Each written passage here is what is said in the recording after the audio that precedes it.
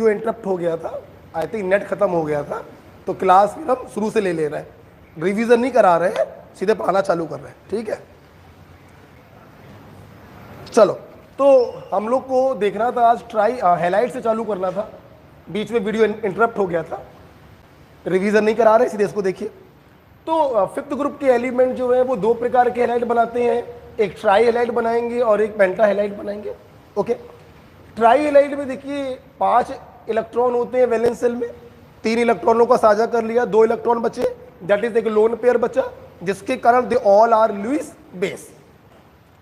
अब यहां पर हमने 2 पॉइंट बनाए हैं, सेंटर एटम को सेम रखा, हैलोजन को चेंज कर दिया, पहला पॉइंट, और हैलोजन को सेम रखा, सेंटर एलिमेंट को चेंज कर दिया।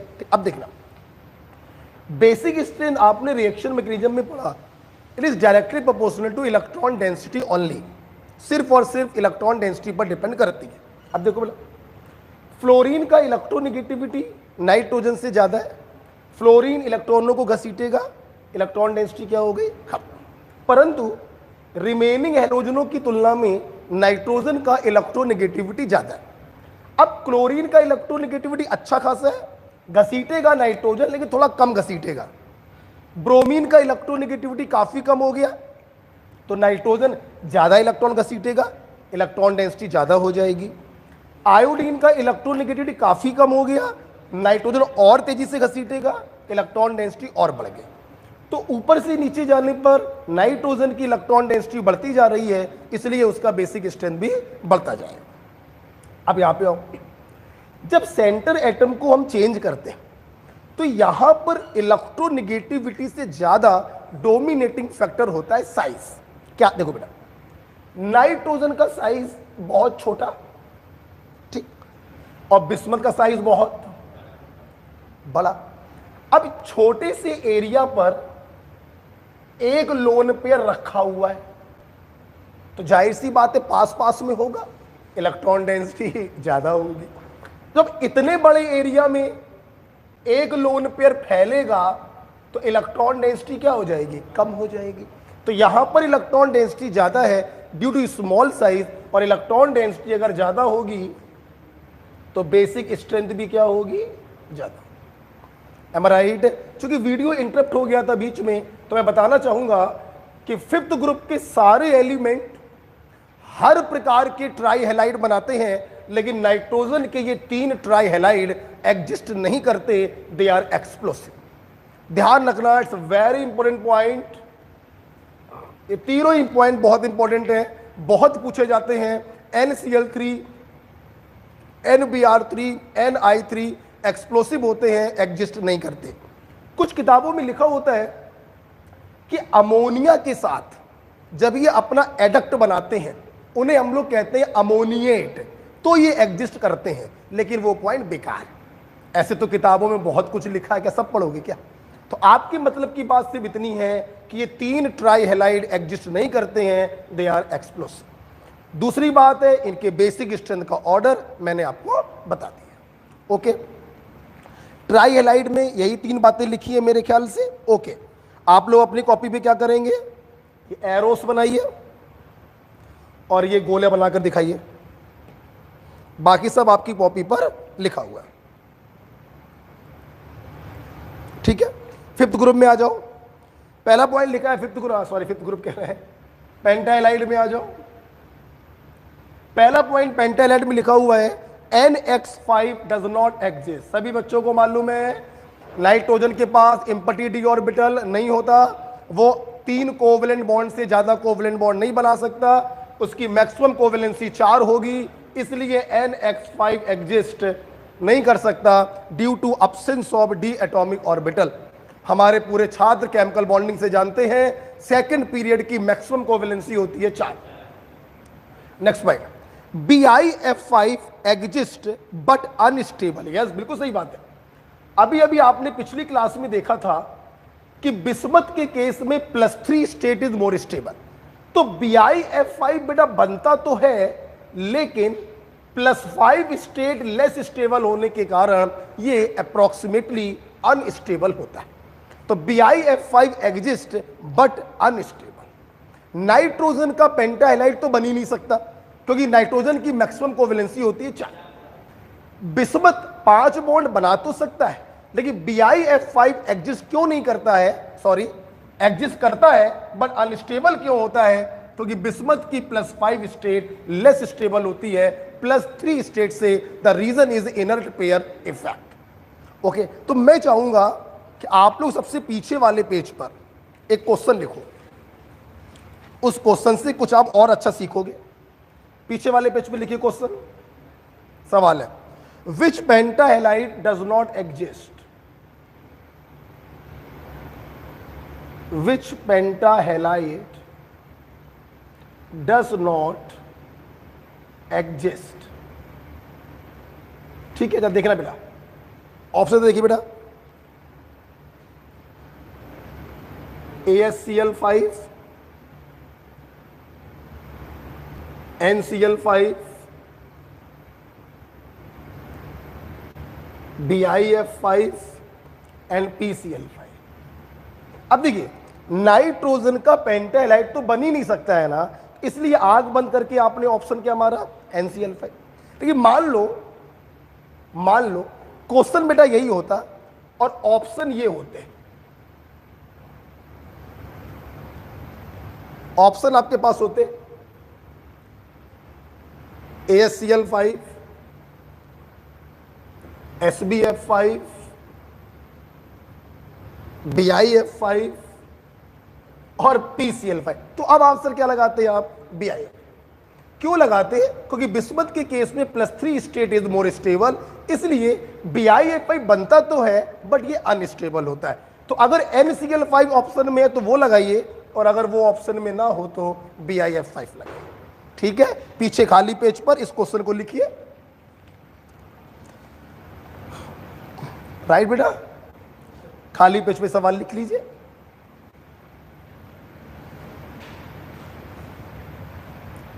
ओके, लिख लिया, चल आगे देखते बेटा। ऑल आर लुईस एसिड, भैया आयनिक इक्विलिब्रियम में भी पढ़ाया और डिटेल में पढ़ाया रिएक्शन मैकेनिज्म में। जिन लोगों के ऑक्टेट एक्सपेंड हो चुके होते हैं वो लुईस एसिड की तरह काम करते हैं।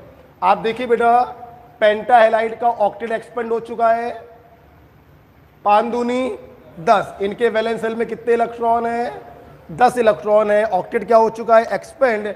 सो they all are Lewis acid. अब सवाल ये उठ रहा है, PCl5, AsCl5, SbCl5 और BiCl5। सवाल ये उठ रहा है कि इनके एसिडिक स्ट्रेंथ का ऑर्डर क्या होगा। इट्स वेरी इजी, बहुत बार बता चुके हैं।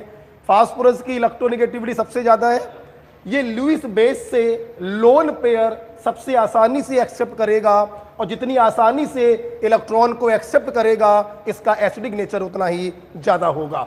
सो PCl5 का लुईस एसिडिक कैरेक्टर सबसे ज्यादा होगा। रीजन चाहो आप लिख सकते हो, इलेक्ट्रोनेगेटिविटी डिक्रीजेस तो acidic strength also decreases. Okay, आप इसको ऐसे भी समझ सकते थे कि ऊपर से नीचे जाने पर मेटेलिक करैक्टर बढ़ता है, और मेटेलिक करैक्टर अगर बढ़ेगा तो बेसिक करैक्टर बढ़ेगा। बट ज्यादा एक्यूरेट आंसर ये है, इसका इलेक्ट्रोनेगेटिविटी सबसे ज्यादा होगा। ये लुईस बेस से लोन पेयर को बड़ी आसानी से एक्सेप्ट करेगा, एसिडिक स्ट्रेंथ उतना ही ज्यादा होगा।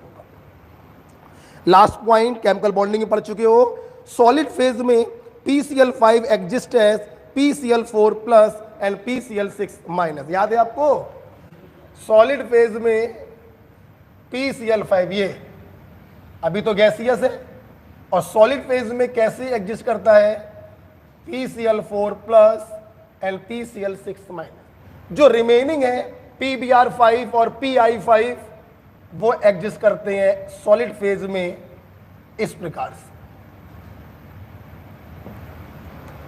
ओके बेटा, तो सॉलिड फेज में इस प्रकार से एग्जिस्ट करते हैं PCl5 और PBr5। क्लियर सबको?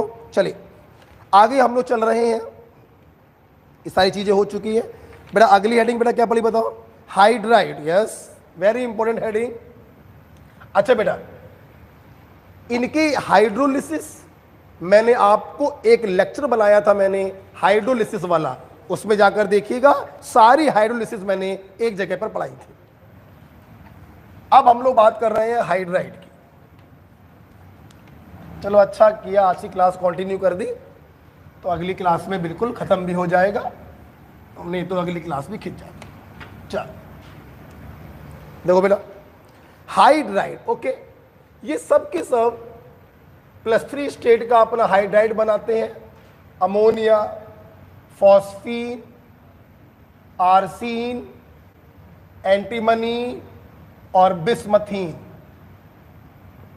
ठीक है, नो डाउट सभी में क्या होगा, लोन पेयर होगा, मतलब ये सब के सब लुईस बेस के तरह काम करेंगे। Am right dear? आइए पढ़ते हैं।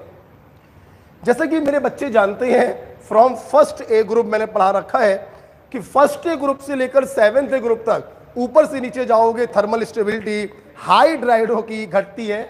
आपको कुछ भी नहीं सोचना, थर्मल स्टेबिलिटी घटेगी तो रेड्यूसिंग पावर जो है वो बढ़ेगी। अगला पॉइंट बेटा देखिए, ऊपर से नीचे जा रहे हैं। आपको याद होगा हाइड्राइडों के केस में जब पीरियड में चलते हैं तो acidic strength directly proportional to electronegativity, और जब ग्रुप में चलते हैं तो directly proportional to bond length.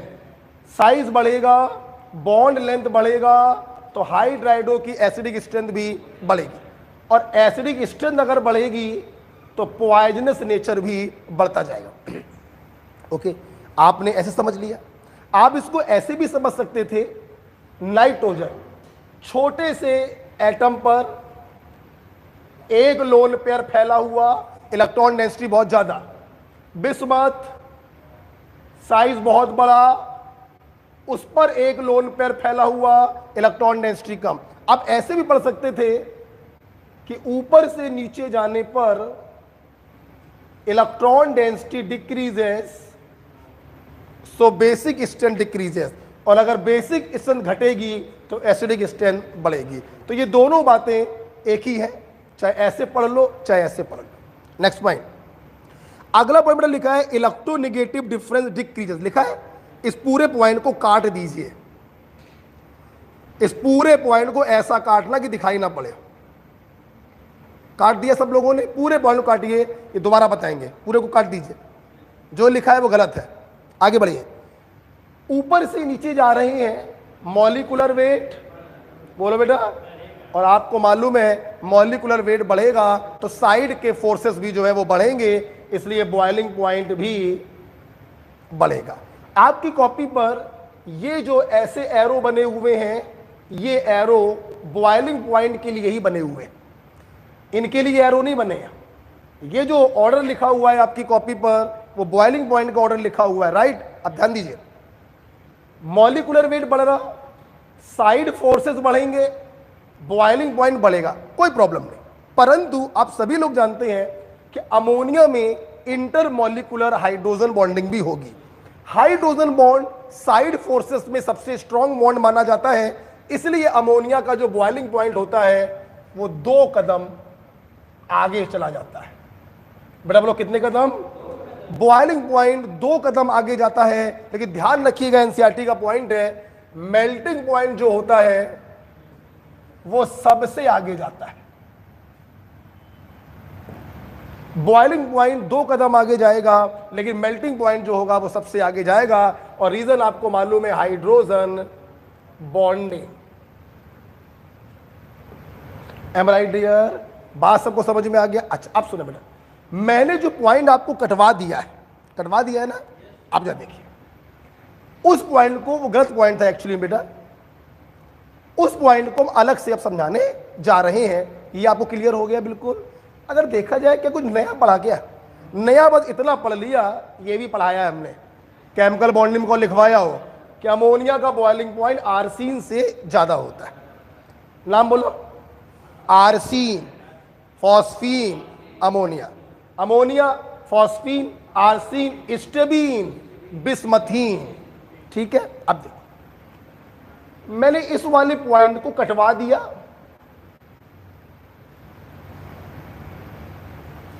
उसके लिए मैं अभी लिखना मत बैठो, तुम लोग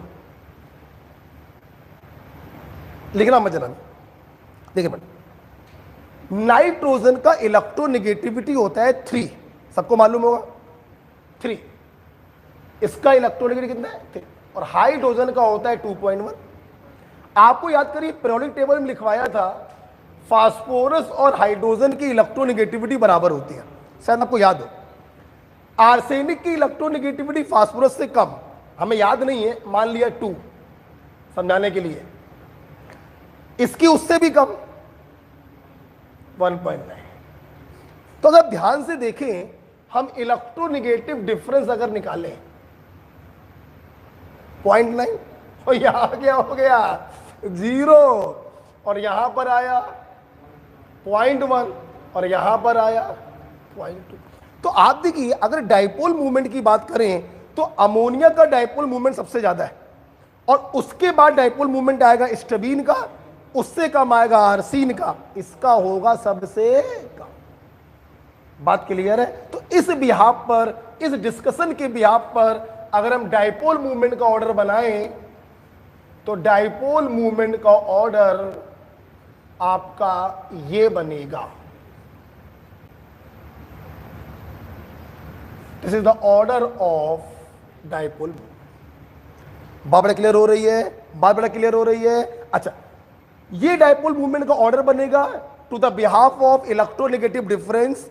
इस पॉइंट को खाली जगह खूब पढ़िए आपकी कॉपी पर, आप वहां पर लिख लीजिए, इस पॉइंट को ऊपर लिखिएगा, ऊपर यहां पर ये जगह खाली पड़ी है, बोलो यहां बनाइएगा इस चीज को आप यहां बनाएंगे, जैसा कहे वैसा करिएगा।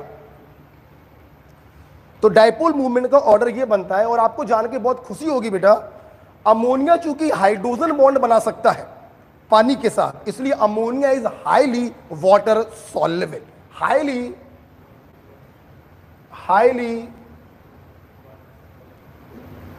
Water soluble due to hydrogen bond with water. ये भी आप लिख लीजिएगा, due to formation of hydrogen bond with water, लिखिएगा इसको यहां पर, ठीक है। चलिए इतना पॉइंट मैंने आपसे बोला यहां पर लिखो, ठीक है। इसीलिए मैंने वो वाला पॉइंट कटवाया क्योंकि वो गलत लिखा हुआ था। डाइपोल मूवमेंट का ऑर्डर आपका ये होगा, ठीक है। बिस्मथीन को भी लिखना चाहो तो यहां लिख सकते हो, क्योंकि बिस्मथ और एंटीमनी इन दोनों की इलेक्ट्रोनेगेटिविटी बराबर होती है 1.9 1.9। लिखना चाहोगे तो यहां कहीं लिख सकते हो। आगे बढ़े, ठीक है। तो ये एक आपके लिए नया पॉइंट हो गया, यहां गलती हो जाती है अक्सर।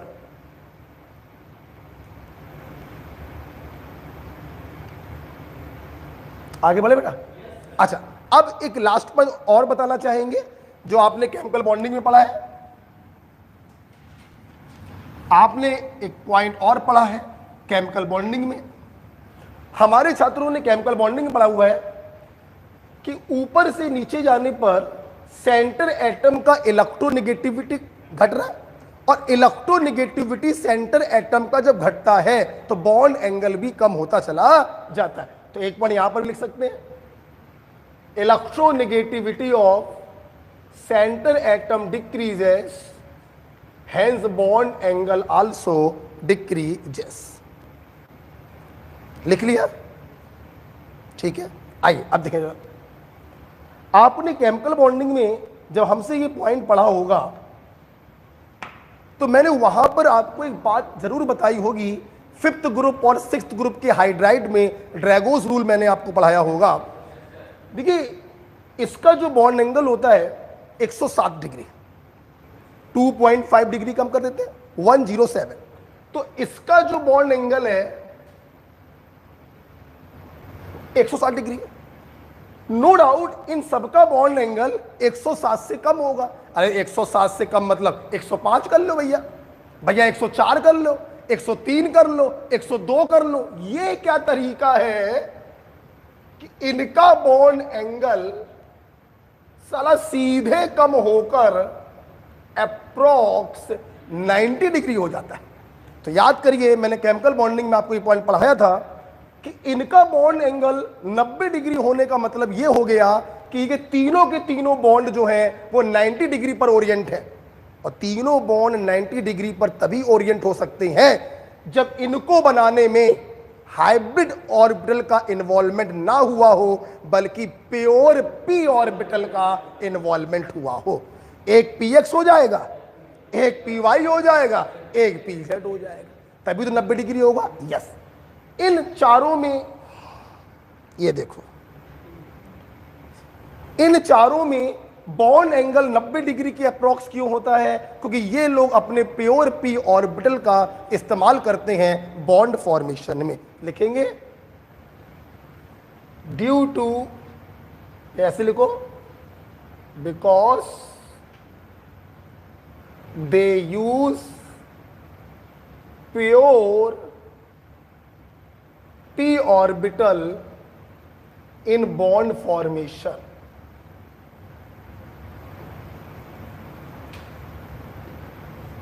बॉन्ड फॉर्मेशन में ये sp3 हाइब्रिड ऑर्बिटल का इस्तेमाल नहीं करते हैं, बल्कि प्योर पी ऑर्बिटल का इस्तेमाल करते हैं। इसीलिए इनके बॉन्ड एंगल लगभग 90 डिग्री के अल्ले पल्ले होते हैं। Is it clear? सामने देखेंगे, सामने देखेंगे, देखिए बेटा, ये रहा फास्फोरस, एक बता दे रहे हैं, बाकी सब अपने आप समझ जाओगे। नाइट्रोजन फास्फोरस थर्ड पीरियड का है, 3s2 3p3 3d0, ये S रहा और ये रहे 3p। इज इट क्लियर बेटा? अब अभी तक हम लोग ये करते थे कि इन ऑर्बिटलों को मर्ज करके हम हाइब्रिड ऑर्बिटल बनाते थे, कि अगर नाइट्रोजन हम यहां पर लिखते तो इन चारों को मर्ज करके हम sp3 बना देते। लेकिन फास्फोरस, आर्सेनिक, एंटीमनी और बिस्मथ में क्या होगा, ये आपस में मर्ज नहीं होंगे, बल्कि px, py और pz हाइड्रोजन के साथ ओवरलैप करेंगे। एक सिग्मा ये बना, एक सिग्मा ये बना और एक सिग्मा ये बना। px से बना, py से बना, pz से बना, तो 90 डिग्री पर ओरिएंट होंगे और ये वर्क करेगा एस लोन पेयर। ठीक है, अब ध्यान से मेरी बात सुनिएगा। फास्फोरस, आर्सेनिक, एंटीमनी और बिस्मथ, इनका जो लोन पेयर है वो प्योर s ऑर्बिटल में है। किसमें है? s। और इसका जो लोन पेयर है वो sp3 हाइब्रिड ऑर्बिटल में है। आपको मालूम है s का इलेक्ट्रोनेगेटिविटी तो सबसे ज्यादा, s का इलेक्ट्रोनेगेटिविटी सबसे, साइज सबसे छोटा, s का इलेक्ट्रोनेगेटिविटी सबसे, तो जब इलेक्ट्रोनेगेटिविटी सबसे ज्यादा हो गया तो ये फास्फोरस अपने लोन पेयर को बहुत टाइटली होल्ड किए रहता है। इतना टाइटली होल्ड करता है कि ये अपने लोन पेयर को इजीली डोनेट नहीं कर पाता है। यही कारण है बेटा कि ये सब के सब ऑलमोस्ट न्यूट्रल होते हैं, जबकि होना चाहिए इन सबको basic due to presence of lone pair, लेकिन हो जाते हैं सब के सब ऑलमोस्ट न्यूट्रल। क्यों? क्योंकि इनका लोन पेयर होता है s ऑर्बिटल में, इलेक्ट्रोनेगेटिविटी s की बहुत ज्यादा, लोन पेयर को बहुत टाइटली होल्ड करता है, इजीली डोनेट नहीं कर पाता है, इसलिए इन सब की बेसिक स्ट्रेंथ ऑलमोस्ट 0 होती है। Am right? यही बड़ा रीजन भी है। सेम रीजन यहां पर यह भी आता है कि NH3 को जब H+ मिलता है तो ये अपने लोन पेयर इसको डोनेट कर देता है और अमोनियम आयन का फॉर्मेशन करता है। बहुत आसानी से अमोनियम आयन का फॉर्मेशन हो जाता है क्योंकि ये अपने लोन पेयर बहुत आसानी से डोनेट कर देता है। लेकिन अमोनियम आयन, लेकिन फास्फोरस का जो लोन पेयर है वो s ऑर्बिटल में है, बहुत टाइटली होल्ड करेगा, आसानी से H+ को डोनेट नहीं कर पाएगा, इसलिए फॉस्फोनियम आयन का formation is very very difficult to form. यहां लिखेंगे इजिली फॉर्म। उम्मीद है रीजन आपको समझ में आ गया होगा। तो आप साइड में उसी गोले के नीचे आप ऐसे लिख सकते हैं। ओके, तो कोई आपसे क्वेश्चन पूछे, अमोनियम आयन बड़ी आसानी से बन जाता है, लेकिन फॉस्फोनियम आयन नहीं बनता, क्यों? उत्तर बोलो। फास्फोरस का lone pair pure S orbital में है, इलेक्ट्रोनेगेटिविटी बहुत ज्यादा, टाइटली होल्ड करेगा, इजिली डोनेट नहीं करेगा, इसलिए फॉस्फोनियम का फॉर्मेशन डिफिकल्ट होता है, राइट?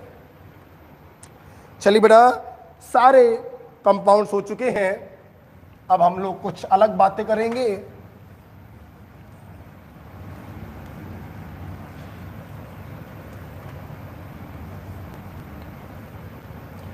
पहला कंपाउंड आपकी कॉपी भी लिखा है नाइट्रोजन बाय रदरफोर्ड। यस, ये क्वेश्चन आ चुका है आपके एग्जाम में, नाइट्रोजन की डिस्कवरी से रिलेटेड बाय रदरफोर्ड, राइट? ये लिख लिया आप लोगों ने। ये इजीली डोनेट करेगा क्योंकि ये किस में रखा है लोन पेयर? sp3 में। और ये किस में रखा है? प्योर s ऑर्बिटल में, ठीक है? आगे बढ़े। नाइट्रोजन की मेथड ऑफ प्रिपरेशन देखिए, पहला प्रिपरेशन लिखा हुआ है by heating ammonium nitrite, very important, ammonium dichromate and barium azide या सोडियम एजाइड। सबसे पहले मैं अपने छात्रों को हाशिए में बताना चाहूंगा, आल्दो आपको मालूम है, this ion is called azide ion. Don't confuse with this ion is nitride ion. एक एन पर 3 माइनस नाइट्राइड, 3 एन पर 1 माइनस एजाइड। तो फार्मूला समझ गया वो कैसे बनाया? Ba+2 N3 minus criss cross, ये बन जाएगा। Sodium plus N3 minus cut गया Na। अब देखिए यहां पे सबसे इंपॉर्टेंट बात क्या है, हम जब इन कंपाउंडों को गर्म करते हैं तो हमें प्राप्त होता है नाइट्रोजन।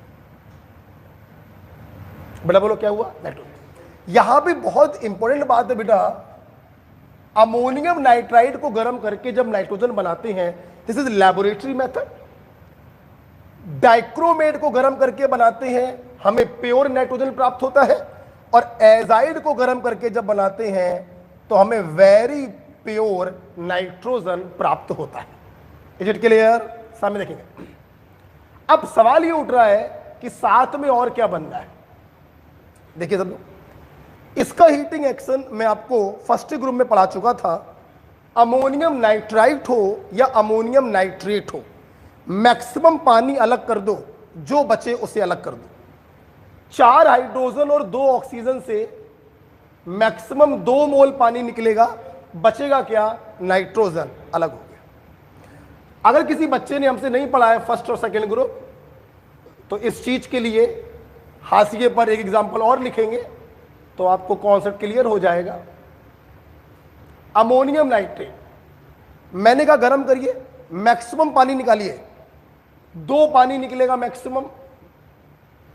क्या बचा? 2 nitrogen 1 oxygen, that is N2O, nitrous oxide, laughing gas. हाशिए पर लिखिए, हाशिए पे लिखिए, ओके? अच्छा, और से लेते हैं ammonium chloride plus sodium nitride, इसको गर्म करते हैं। तो सबसे पहले क्या होता है, मेरा प्लस तेरे माइनस को लेकर ये बनाएगा और ये गर्म होकर ये बनाएगा। ओके, तो आप अपनी कॉपी पर ऐसे लिखिए। लैब में हम लोग अमोनियम नाइट्राइड को डायरेक्ट नहीं लेते हैं, हम उसका सोर्स लेते हैं अमोनियम क्लोराइड और सोडियम नाइट्राइड। खत्म करें बात को। अब इसमें आइए अमोनियम डाइक्रोमेट। अमोनियम डाइक्रोमेट को जब गर्म करते हैं, साथ में एक बहुत ही इंपॉर्टेंट कंपाउंड बनता है क्रोमियम ऑक्साइड। यहां पे क्रोमियम +3 स्टेट में है, और 10वीं बार मैं बता चुका हूं, क्रोमियम जब भी +3 में होता है उसका कलर होता है ग्रीन। ओके देखो बेटा, जब ये रिएक्शन बेटा होती है ना, तो ये जो क्रोमियम ऑक्साइड है ये ऐसे करके निकलता है बाहर हरे रंग का। तो ऐसा लगता है जैसे ज्वालामुखी फटा हो। क्या फटा हो बेटा? ज्वालामुखी फटा हो। इसीलिए इस रिएक्शन को हम लोग कहते हैं वोल्केनो रिएक्शन। बेटा बोलो क्या कहते हैं? वोल्केनो रिएक्शन कहते हैं। अमोनियम डाइक्रोमेट को गर्म करने पर क्रोमियम ऑक्साइड हरे रंग के फव्वारे के रूप में निकलता है जो ज्वालामुखी के जैसा प्रतीत होता है, इसीलिए इसको कहते हैं वोल्केनो रिएक्शन। यहां पर तो कोई इशू नहीं है, मेटल आपका अलग हो जाएगा और नाइट्रोजन अलग हो जाएगा। इज इट क्लियर बेटा? तो ये रहा laboratory method, pure nitrogen, ultra pure nitrogen. दूसरा बेटा पॉइंट, एयर। यस, हमारे सभी बच्चों को मालूम है एयर में नाइट्रोजन 78% बाई वॉल्यूम। एयर में अगर ध्यान से देखा जाए तो 78% नाइट्रोजन होता है और रिमेनिंग 21% ऑक्सीजन होता है। तो मेजरली एयर में यही दो गैसें होती हैं। इन दोनों के बॉइलिंग पॉइंट में डिफरेंस होता है। आप लोगों ने प्यूरिफिकेशन वाला मेरा वीडियो देखा होगा। जब बॉइलिंग पॉइंट में डिफरेंस होता है तो उन्हें सेपरेट करते हैं बाय फ्रैक्शनल डिस्टिलेशन। हम लोग इनका करा देते हैं फ्रैक्शनल डिस्टिलेशन और यहां से हमें नाइट्रोजन प्राप्त होती है। जब कभी नाइट्रोजन को लार्ज अमाउंट में बनाना होता है तो हम लोग एयर के फ्रैक्शनल डिस्टिलेशन से ही बनाते हैं। So this is the commercial method of preparation. This is the commercial method of preparation. Laboratory method हो गया अमोनियम नाइट्राइड वाला और कमर्शियल हो गया एयर वाला। Okay, next point.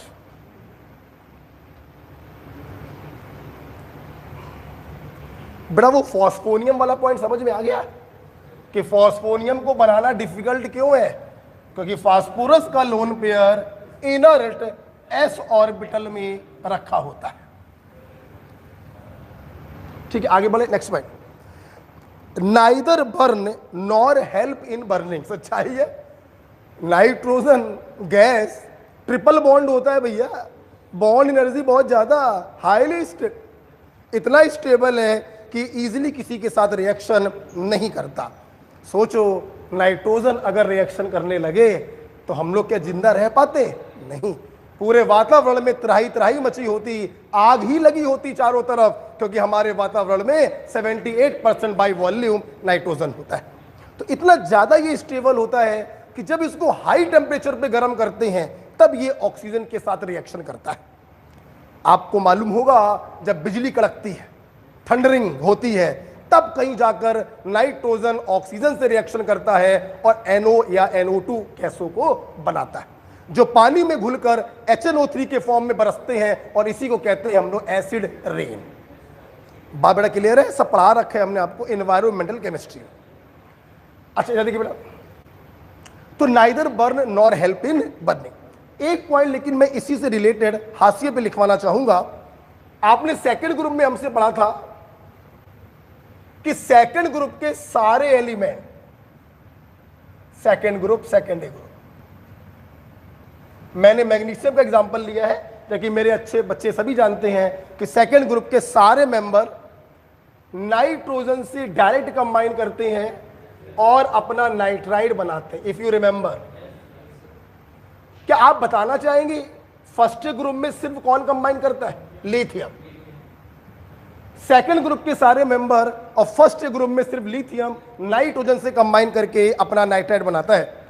आइए क्यों ना, मैंने पिछली क्लास में आपसे बोला था हाइड्रोलिसिस वाला लेक्चर पढ़कर आइएगा।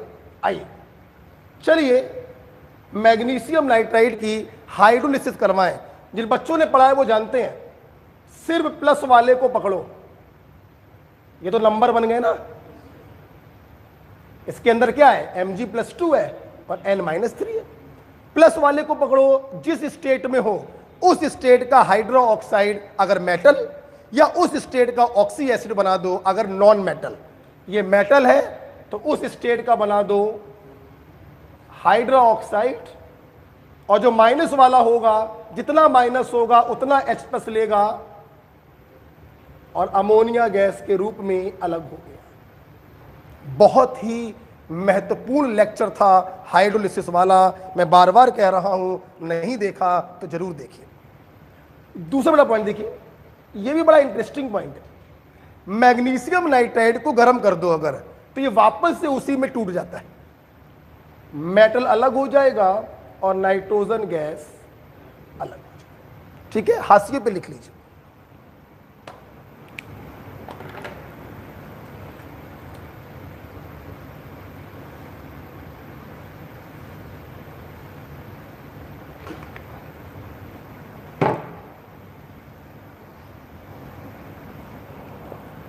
हाशिए पे लिख लीजिए।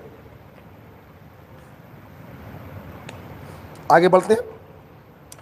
Most stable gas after carbon monoxide due to high bond energy of N triple bond N, अभी पढ़ाया मैंने।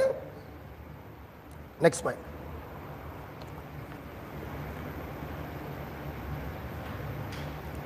बेटा आगे बढ़े। अगला पॉइंट, N2 + O2 बराबर NO।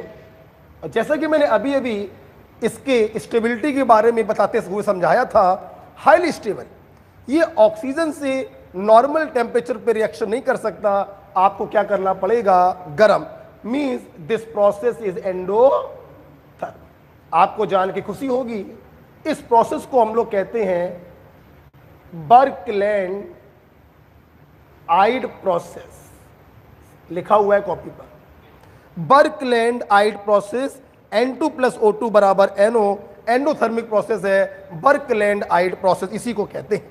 Next point, nitrogen gas जब हाइड्रोजन गैस से रिएक्शन करता है, ये रिवर्सिबल प्रोसेस होता है, अमोनिया गैस बनती है एंड एक्सोथर्मिक प्रोसेस होता है, and this is called Haber's process.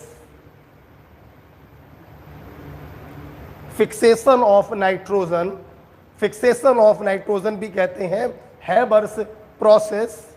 ध्यान दो बेटा सब लोग, ये जरा याद रखिएगा बेटा, ये पॉइंट ये आपको याद करना पड़ेगा। हैबर प्रोसेस एक्सोथर्मिक क्यों याद करना पड़ेगा? एक बार आपके मेडिकल में सवाल आया कि अमोनिया का फॉर्मेशन लो टेम्परेचर पर फेवर करेगा या हाई। ये सवाल बहुत ही तुच्छ सवाल है, केमिकल इक्विलिब्रियम ली चैटेलियर प्रिंसिपल, लेकिन इसमें महत्वपूर्ण ये हो जाता है कि आपको ये मालूम है कि नहीं मालूम है कि एक्सो है या एंड। अगर ये नहीं मालूम है तो ली चैटेलियर तुम्हें कितना भी अच्छे से आता हो, आप ये सवाल नहीं कर पाते। इसलिए मैंने बताया, थोड़ा याद रखिएगा कि हैबर प्रोसेस इज एक्सोथर्मिक। ठीक, नेक्स्ट पढ़ो बेटा। इस प्रोसेस में आयरन और मॉलिब्डेनम दो का इस्तेमाल करते हैं, ध्यान दो। Iron is used as catalyst and molybdenum used as promoter। Okay, एक बड़ा प्यारा पॉइंट है, ध्यान दो सब लोग। अक्सर बच्चे भूल जाते हैं कैटलिस्ट कौन है और प्रमोटर कौन है। लर्निंग ट्रिक हमारी है ओ के साथ ओ, मॉलिब्डेनम प्रोमोटर, तो आयरन अपने आप हो गया कैटालिस्ट। ओके होगी बात। चलिए, क्या तुम्हारे हाशिए पे जगह है? हाशिया बहुत इंपॉर्टेंट होता है हमारे लिए, ठीक है। तो ये क्या है, पुरानी किताबों में यही लिखा होता है, iron catalyst molybdenum promoter. NCERT में क्या लिखा हुआ है, या ऐसा करो, जहां पर ये बिंदी बने, बिंदी के बगल में जगह खाली पड़ी है, यही लिख लो यार, यही लिख लो। एनसीईआरटी में क्या कहती है कि हम लोग कैटलिस्ट इस्तेमाल करते हैं iron oxide plus K2O and Al2O3। ये एनसीईआरटी में लिखा है कैटलिस्ट इन हैबर प्रोसेस। ये मॉडर्न जो तरीका है आजकल वो इसका इस्तेमाल हो रहा है, और पुरानी किताबों में आज भी ये लिखा मिलेगा आपको, ठीक है। लेकिन एनसीईआरटी कहती है कि मॉडर्न हैबर प्रोसेस में हम लोग कैटलिस्ट लेते हैं आयरन, पोटेशियम और एल्यूमिनियम के ऑक्साइड। इनका इस्तेमाल करने से फायदा ये मिलता है कि ये इक्विलिब्रियम जो पहले 1 घंटे में स्टेबलाइज हो रहा था, इसकी उपस्थिति में आधे घंटे में ही स्टेबलाइज हो जाएगा। तो टू अटेन इक्विलिब्रियम इजीली हम इस मिक्सचर का इस्तेमाल करते हैं। Okay, modern haber process. Next point, liquid nitrogen used in refrigerator और क्रायोजेनिक। रेफ्रिजरेटर या क्रायोजेनिक का मतलब होता है लो टेम्परेचर को मेंटेन करने के लिए हम जिनका इस्तेमाल करते हैं उन्हें हम कहते हैं क्रायोजेनिक। तो liquid nitrogen used as cryogenic. Bracket में आप देखिए एनसीईआरटी का एक पॉइंट लिखा हुआ है, to create inert atmosphere in steel industry we use nitrogen gas. जब भी बेटा ये सवाल आएगा ना, आप देखिएगा मजा आ जाएगा। एनसीईआरटी का पॉइंट है, सवाल बनेगा इनर्ट एटमॉस्फेयर जनरेट करने के लिए स्टील इंडस्ट्री में किस गैस का इस्तेमाल करते हैं, और पहला ही ऑप्शन होगा हीलियम या नियन, और बच्चा जल्दीबाजी में लगा देगा हीलियम या नियन। क्यों? कुछ बच्चों को लगता है कि इनर्ट एटमॉस्फेयर पैदा करने के लिए इनर्ट गैस का इस्तेमाल किया जाता है। तो वास्तव में स्टील इंडस्ट्री में किसका इस्तेमाल करेंगे? नाइट्रोजन गैस का। ओके, याद रखिएगा इसको। नेक्स्ट पॉइंट, तो नाइट्रोजन गैस के बारे में पढ़ाया मैंने। जब तक मैं रब कर रहा हूं आप बोलेंगे। लेबोरेटरी मेथड क्या है? अमोनियम नाइट्राइड को गर्म करना। प्योर कैसे बनाओगे? अमोनियम डाइक्रोमेट को गर्म करके। वेरी प्योर कैसे बनाओगे? बेरियम एजाइड या सोडियम एजाइड को गर्म करके। बर्कलैंड आइड प्रोसेस क्या है? N2+O2। हैबर क्या है? N2+3S2। मॉडर्न हैबर प्रोसेस में इक्विलिब्रियम जल्दी स्टेबलाइज करने के लिए हम कैटलिस्ट क्या लेते हैं? Iron, potassium, aluminium oxide. Second group की मेटल और लिथियम नाइट्रोजन से डायरेक्ट रिएक्शन करते हैं, अपना नाइट्राइड बनाते हैं। ओके, रदरफोर्ड ने इसके बारे में बताया था। Next, ammonia gas. आइए, अमोनिया गैस को लेबोरेटरी में कैसे बनाते हैं? ये रिएक्शन भी आप मुझसे फर्स्ट ग्रुप में पढ़ चुके हो। कोई भी अमोनियम सॉल्ट हो, इसमें कोई भी बेस डाल दो। क्या डाल दो? NaOH, KOH, COH का होल ट्वाइस। अमोनियम के अंदर जो अमोनिया है वो अलग हो जाएगा, एक दूसरा सॉल्ट बन जाएगा, और केमिस्ट्री में बिना पानी के कोई काम होता नहीं है। ठीक, जैसे आपकी कॉपी में एग्जांपल क्या लिखा है? Ammonium chloride. बेस क्या लिया है? CaOH का होल ट्वाइस। उम्मीद करते हैं समझ गए होंगे। Any ammonium salt with any alkali, ammonia gas अलग हो गया, सॉल्ट बनेगा CaCl2, और वाटर अलग। और आपकी कॉपी में लिखा होगा this is the laboratory method.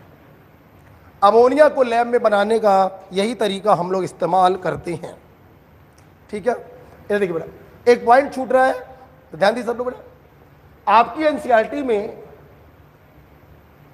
Nitrogen के आइसोटोप 2 लिखे हैं। There are 2 isotope of nitrogen, N14, N15। और सबसे खास बात यह है, ये दोनों नाइट्रोजन के आइसोटोप स्टेबल होते हैं, कोई भी रेडियो एक्टिव नहीं होता है। बात याद है? मैंने आपको एनसीईआरटी का एक पॉइंट चौथे ग्रुप में लिखवाया था।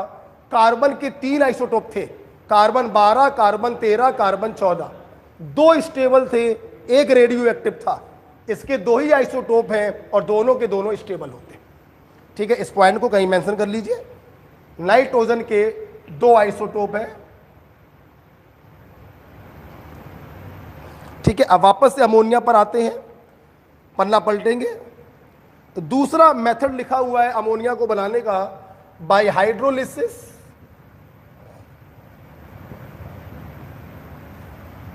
पहला है एल्यूमिनियम नाइट्राइड। चलो, अगर आपने लेक्चर देखा होगा हाइड्रोलिसिस वाला तो आप समझ गए होंगे एल्यूमिनियम नाइट्राइड। प्लस वाले को पकड़ो, मेटल है तो बदल जाओ हाइड्रोक्साइड में,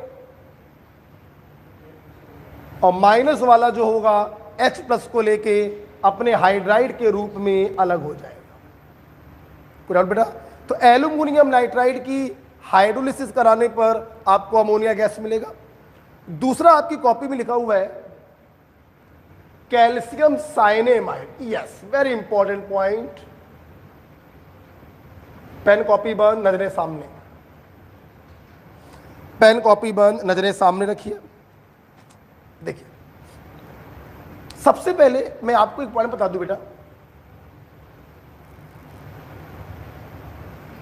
ये रब कर देते हैं, ऐसा कोई काम नहीं है, पढ़ा चुके हैं। देखिए, सबसे पहले आप ये पढ़िए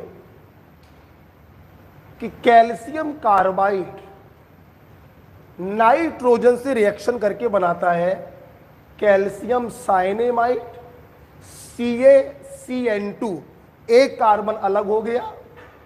इस मिक्सचर को कहते हैं नाइट्रोलिम,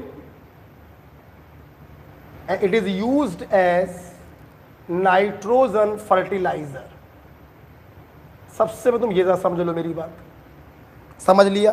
अच्छा, अब देखना, अक्सर बच्चे साइनेमाइड को साइनाइड समझ लेते हैं, तो आप गलत समझ रहे हैं। This is actually cyanamide ion Ca+2, और ये पूरा होता है Cn2-2। ओके, आपके मन में जो चल रहा है साइनाइड आयन, वो ये होता है cyanide ion. This is cyanide ion.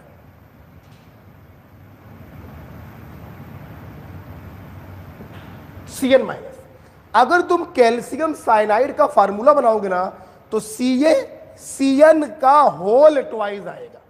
Okay, this is cyanamide ion. एक कार्बन होता है, दो नाइट्रोजन होते हैं, दो निगेटिव, एक इस पर एक इस पर। कार्बन 4 बॉन्ड बनाएगा। नाइट्रोजन के वैलेंस शेल में 5 इलेक्ट्रॉन होते हैं, माइनस का मतलब एक कहीं से ले लिया, हो गए 6। कितने बनाएंगे? 2। This is cyanamide ion.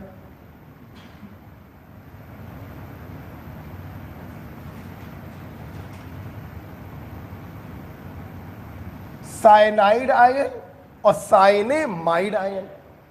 एक सबसे विशेष और कितना प्यारा पॉइंट है, देखिए, अगर कोई पूछे आपसे, देख के बताइए कि साइनाइड और साइनेमाइड में कॉमन क्या चीज है? साइनाइड और साइनेमाइड में कॉमन क्या है? हाइब्रिडाइजेशन। आप देखिए, यहां पर भी कार्बन sp हाइब्रिडाइज है, एक और एक 2, और यहां पर भी कार्बन sp हाइब्रिडाइज, एक और एक 2। तो साइनाइड और साइनेमाइड में अगर कोई पूछे कॉमन क्या है, तो कॉमन है कार्बन का हाइब्रिडाइजेशन, बाकी कुछ भी कॉमन नहीं। उम्मीद करते हैं आप साइनेमाइड समझ चुके हैं, तो मैं यहां से हटा दे रहा हूं, ठीक है? कुछ और दिखाना है मेरे को यहां पर, इसलिए मैं इसको हटा दे रहा हूं। पॉइंट समझ में आ गया? आपको हाशिए पर ये भी लिखना है और ये वाला पूरा पॉइंट भी लिखना है।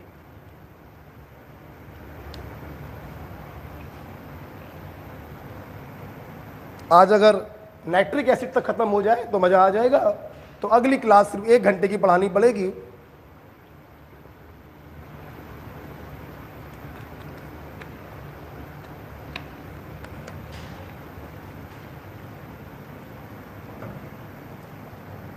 आगे बढ़ जाए।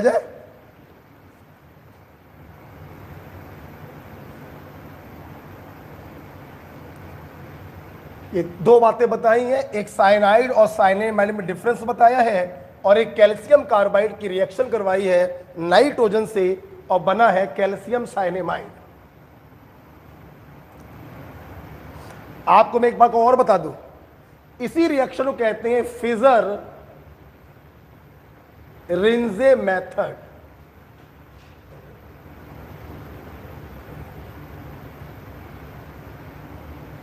ओके,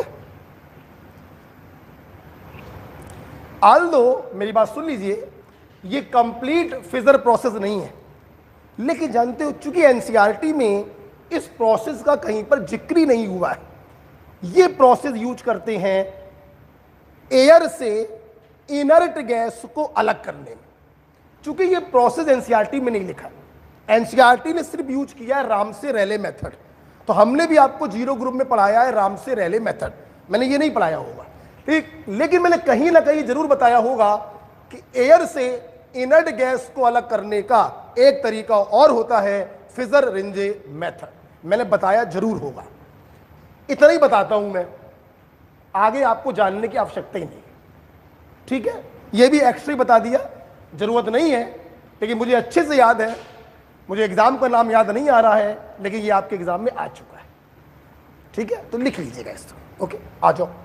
अब हम लोग कैल्शियम साइनेमाइड की हाइड्रोलिसिस कराने जा रहे हैं और अमोनिया को बनाने जा रहे हैं। अब जब मेरी बात सुनिए,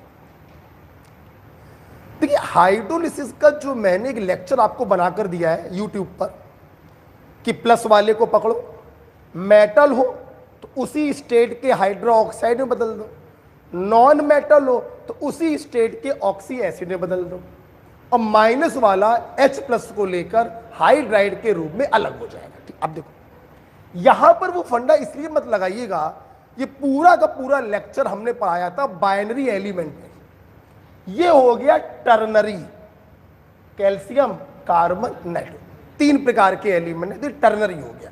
तो यहां पर वो फंडा नहीं लगाएंगे।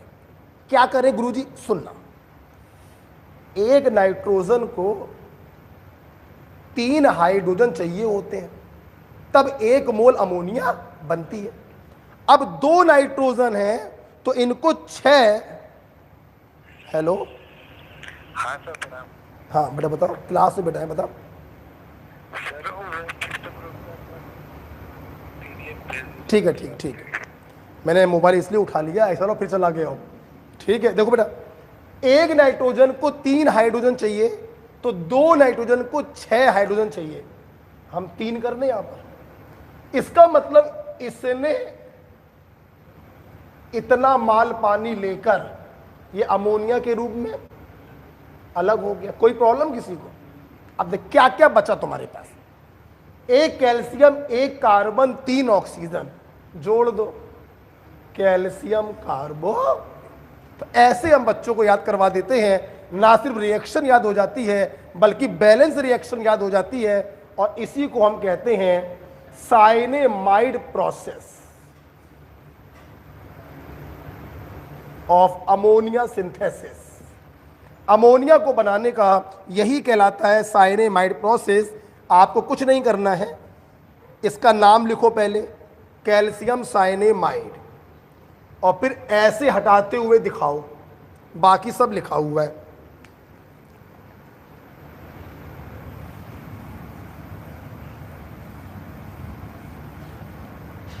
ठीक है, नेक्स्ट पॉइंट, हम लोग प्रॉपर्टी में आ गए हैं अमोनिया की, हम लोग अमोनिया की प्रॉपर्टी में आ गए हैं। पहली प्रॉपर्टी है ammonia is A pungent smelling gas. बता चुका हूं मैं कहीं ना कहीं पर आपको। पंजेंट का मतलब होता है बहुत तीखी, नाक से घुसेगी तो सर को फाड़ते हुए निकलती है, बहुत गंदी और बहुत तीखी स्मेल होती है, पंजेंट स्मेलिंग गैस है। क्विकलाइन, बहुत ही प्यारा पॉइंट, क्विकलाइन हम लोग इसका इस्तेमाल करते हैं to dry the ammonia, ammonia के अंदर से पानी को हटाने के लिए।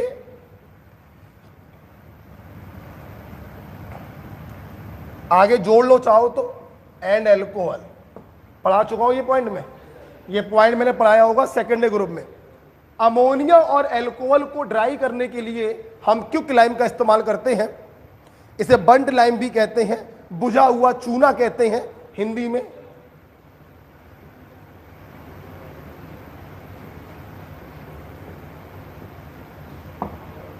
बाबड़ा क्लियर हो गया? Next point, liquid ammonia is also used as refrigerant. बिल्कुल सही बात है, नाइट्रोजन का इस्तेमाल भी किया क्रायोजेनिक के तरीके, और लिक्विड अमोनिया का भी करते हैं।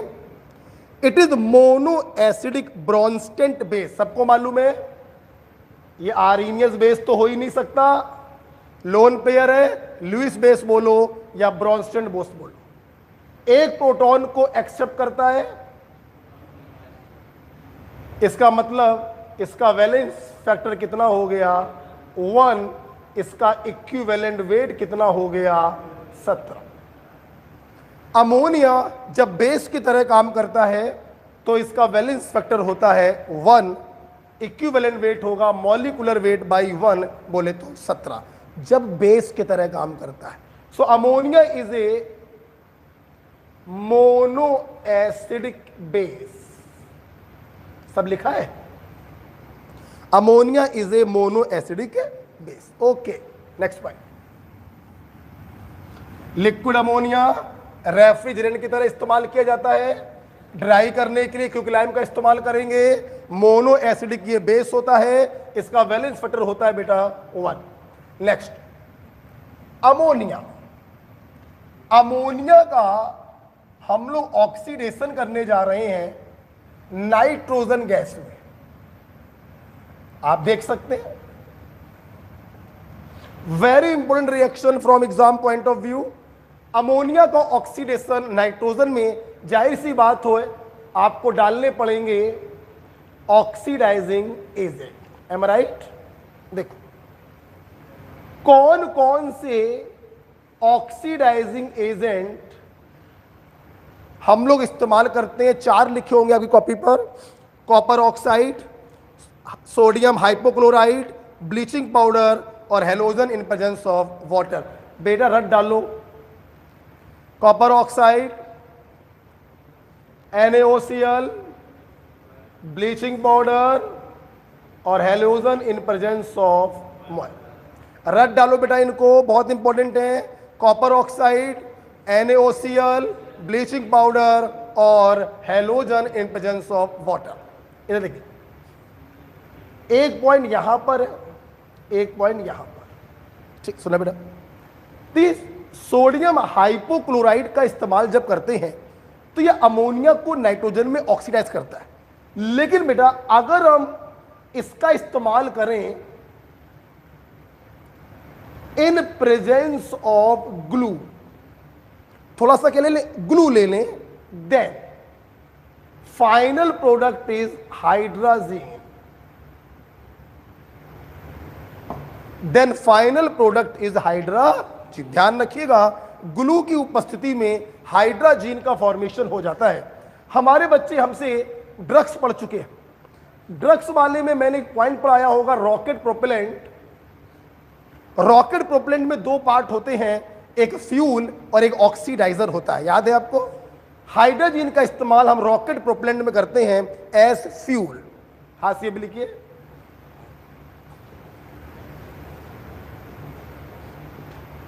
मैंने पढ़ाया है बेटा आपको, ड्रग्स वाला लेक्चर देख लीजिएगा।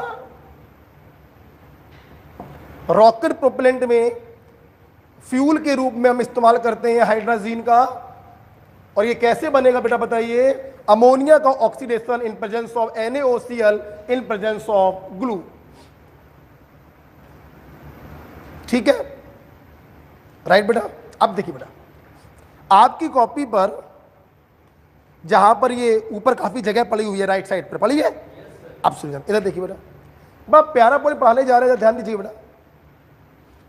अमोनिया को तुमने क्लोरीन के द्वारा ऑक्सीडाइज किया, क्या बना, नाइट्रोजन। अभी देखा, क्लोरीन वाटर ले लेना, सामने देखो, लिखो नहीं।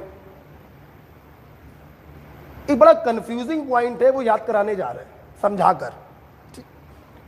क्लोरीन ने नाइट्रोजन को ऑक्सीडाइज कर दिया गैस के रूप में, हाइड्रोजन प्लस क्लोरीन बराबर HCl, ये बना। अब देखिए क्या होता है, जरा ध्यान से तो देखना बेटा, यहां पे 2 क्वेश्चन उठते हैं कि क्लोरीन एक्सेस में है तो क्या बनेगा और अमोनिया एक्सेस में है तो क्या बनेगा। पहला पॉइंट मान लो क्लोरीन एक्सेस में है, बेटा बोलो कौन। अब देखना, ये प्रोडक्ट तो बना ही बना, चाहे कोई भी एक्सेस में। अब मान लिया क्लोरीन एक्सेस में है, तो क्लोरीन अगर एक्सेस में है तो ये बचे हुए नाइट्रोजन से रिएक्शन करके बना लेता है NCl। क्या बनाएगा?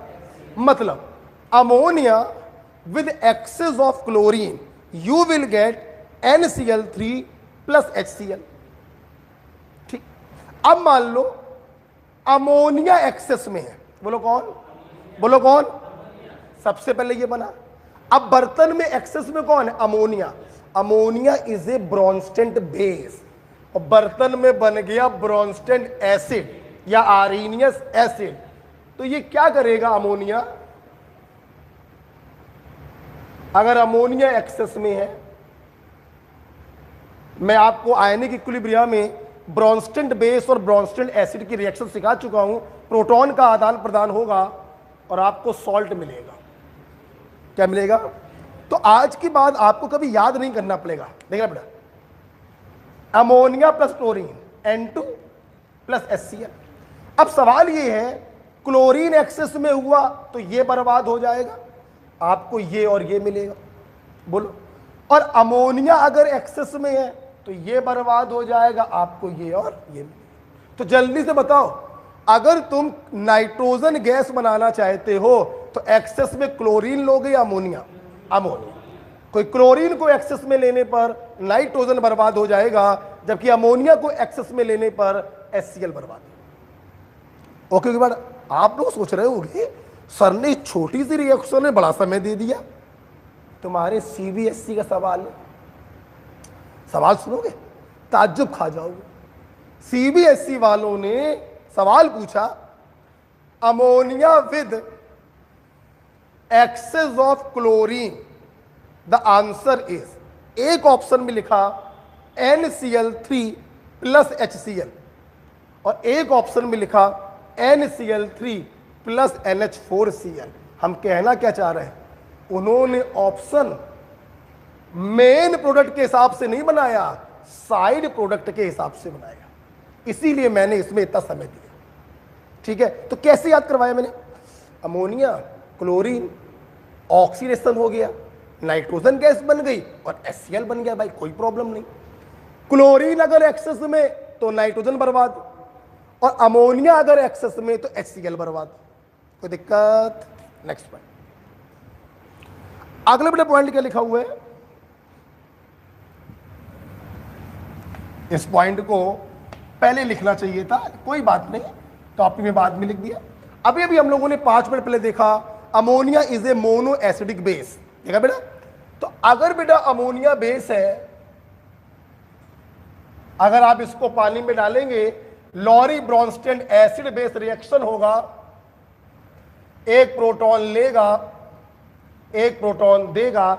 इसीलिए बेटा NH4OH को प्यार से हम लोग अक्वस अमोनिया बोल देते हैं। तो कभी भी आयनिक इक्विलिब्रियम में मैंने आपको बताया था, अमोनिया कहीं पर भी लिखा हो, आप क्या मानकर चलेंगे? NH4OH। तो अक्वस ammonia is NH4OH, weak base होता है, राइट। अब ये बेस है, आपकी कॉपी में 3 रिएक्शन लिखी है, मैं क्यों बताऊं भैया? अबे बेस की रिएक्शन एसिड से कराओगे प्रभु, सॉल्ट है तो बनेगा। NH4SO4 अमोनियम सल्फेट, बोलो NH4Cl और NH4NO3। Am right? हमारे बच्चों को मालूम होना चाहिए, इसे हम लोग कहते हैं सिंडरी फर्टिलाइजर। बोलो क्या कहते हैं? सिंडरी फर्टिलाइजर। इसे हम लोग हिंदी में कहते हैं नौसादर और अंग्रेजी में कहते हैं सेल अमोनिएट।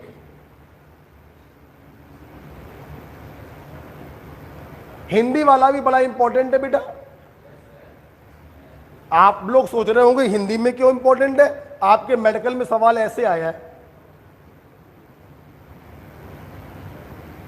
लो ये सवाल आ गया, नौसादर इज NH4। आपके एग्जाम में सवाल ऐसे पूछा गया, पढ़ो जरा, क्या लिखा है?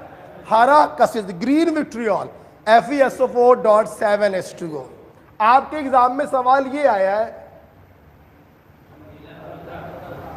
नीला थोथा इज ब्लू विट्रियोल CuSO4.5H2। तो तो इसलिए कुछ हिंदी के नाम भी इंपॉर्टेंट होते हैं, राइट। अमोनियम नाइट्रेट अगर मेरे बच्चों को याद हो, हमने बताया था एमेटॉल, थर्ड ग्रुप में पढ़ाया था aluminium plus ammonium nitrate explosive होता है एमेटॉल। लिखा हुआ है क्या? लिखा भी है, एल्यूमिनियम के साथ एमेटॉल और टीएनटी के साथ एमेटॉल एक्सप्लोसिव। तो ammonium nitrate with aluminium ammonal with TNT amatol explosive होता है। ओके, चलिए आगे बढ़िए। अगले वाला पॉइंट क्या लिखा देखिए, आपकी कॉपी में 4 कैटायन लिखे हुए, Fe+3, Al+3, जिंक+2 और Cl। बेटा कैटायन लिखने का मतलब होता है सॉल्ट, FeCl3 ले लो, Al2SO4 का होल, तो कोई भी सॉल्ट ले लो, ठीक। जब इन सॉल्टों का रिएक्शन हम लोग अक्वस अमोनिया से कराते हैं, आप अक्वस अमोनिया बोलो या NH4, एक ही बात है, सुन ले बेटा। तो ये चारों के चारों मेटल अपने हाइड्रो ऑक्साइड के फॉर्म में प्रिसिपिटेट हो जाते हैं, ये अक्वस अमोनिया में डिजॉल्व नहीं होते, they are hydro oxide precipitate. कभी कभी आपके एग्जाम में इनके हाइड्रो ऑक्साइड के प्रिसिपिटेट का कलर पूछा जाता है, तो आपकी कॉपी में ऐसे लिखा है हमने, कलर बोलो बे, रेड बोलो, और क्रोमियम तो जानते ही हो हमेशा ग्रीन। ओके, FeOH का whole thrice precipitate colour red, AlOH का whole thrice precipitate colour white, CrOH का होल थ्राइस प्रिसिपिटेट ग्रीन। अगर मेरे छात्रों को हाइड्रोजन एंड इट्स कंपाउंड या फर्स्ट ए ग्रुप या बहुत जगह पढ़ाया याद हो, तो एम्फोटेरिक मेटल के hydro oxide excess of NaOH में डिसॉल्व हो जाते थे इन द फॉर्म ऑफ एलिमेंटेट। इन चारों में ये वाले जो दो हैं, अगर आपको याद हो, अक्वस अमोनिया में प्रिसिपिटेट हो रहे हैं, लेकिन एक्सेस ऑफ NaOH ले लेते तो एलिमेंटेट के फॉर्म में डिसॉल्व हो जाते, सोडियम मेटा एल्यूमिनेट और सोडियम जिंकेट। ना याद आए आपकी इच्छा, फिर से बोलना चाह रहा हूं, ध्यान से सुनिएगा। अक्वस अमोनिया में चारों के हाइड्रो ऑक्साइड प्रिसिपिटेट, लेकिन अगर NaOH ले लेते तो इन दो के हाइड्रो ऑक्साइड प्रिसिपिटेट होते, इन दोनों के हाइड्रो ऑक्साइड एलिमेंटेट के फॉर्म में डिसॉल्व हो जाते। कंपैरेटिव स्टडी करा दी, एटलीस्ट इतना तो याद रखना ही तुम लोग। ओके वाली बात बेटा। नेक्स्ट, आपकी कॉपी में अगला पॉइंट क्या लिखा है, सुनो बेटा। जहां ये मेटल हाइड्रो ऑक्साइड अक्वस अमोनिया में प्रिसिपिटेट हो जाते हैं, वही देखिए क्या लिखा है, कॉपर और सिल्वर के जो होते हैं वो डिसॉल्व हो जाते हैं इन द फॉर्म ऑफ कॉम्प्लेक्स। लिखा हुआ है, देखिए देखिए बेटा, आपको अगर याद हो, कॉपर का सॉल्ट +2 स्टेट बेटा बोला करो, इनके हाइड्रो ऑक्साइड तो प्रिसिपिटेट हो गए थे अक्वस अमोनिया में। कॉपर और सिल्वर के जो हाइड्रो ऑक्साइड होते हैं ये प्रिसिपिटेट नहीं होंगे, बल्कि ये अपना कॉम्प्लेक्स बना लेते हैं, और कॉम्प्लेक्स आयनिक होता है। बोलो बेटा क्या होता है, देखो ना, आयनिक होता है, इसलिए वाटर ब्लू बंद हो गया। आपको याद होगा बेटा इसके बारे में, इसे स्विट्जर रिएजेंट कहते हैं। क्या कहते हैं बेटा, बोलो, स्विट्जर रिएजेंट कहते हैं, यानी यूज्ड, बोलो बोलो, टू डिसॉल्व, बोलो, सेलुलोज। स्विट्जर रिएजेंट हम लोग इसको कहते हैं, और ये सेलुलोज को डिसॉल्व करने में यूज किया जाता है। हमारे बच्चों को याद होगा, इतने आयन को क्यूप्रो अमोनियम आयन कहते थे, याद है। और यहीं पे आपने हमसे पढ़ा था हगिंस प्रिंसिपल, नहीं याद है?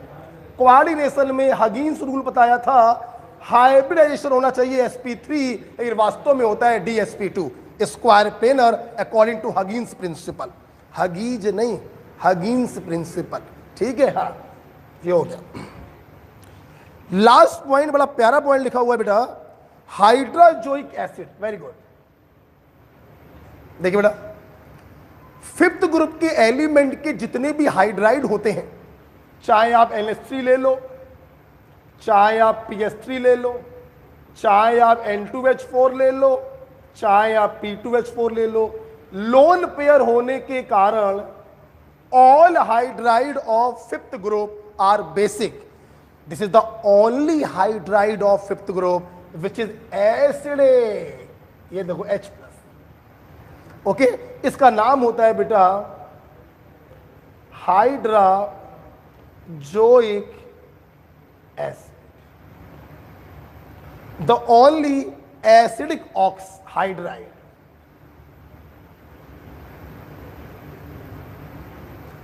किसी को बड़ा प्रॉब्लम है?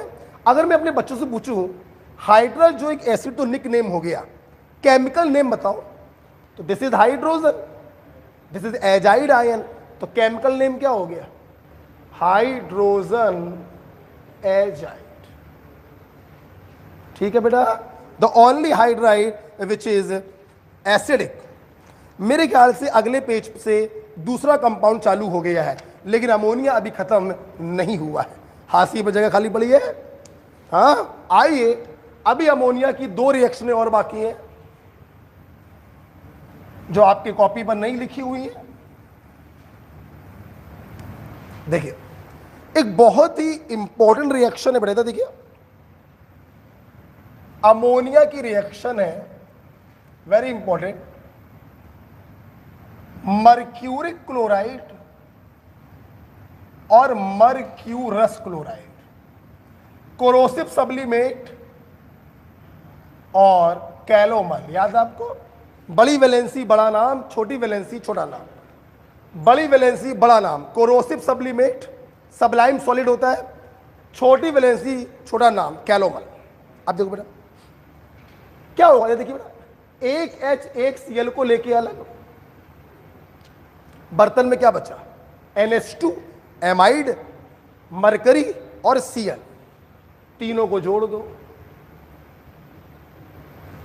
नाम एमाइडो मर्क्यूरिक क्लोराइड.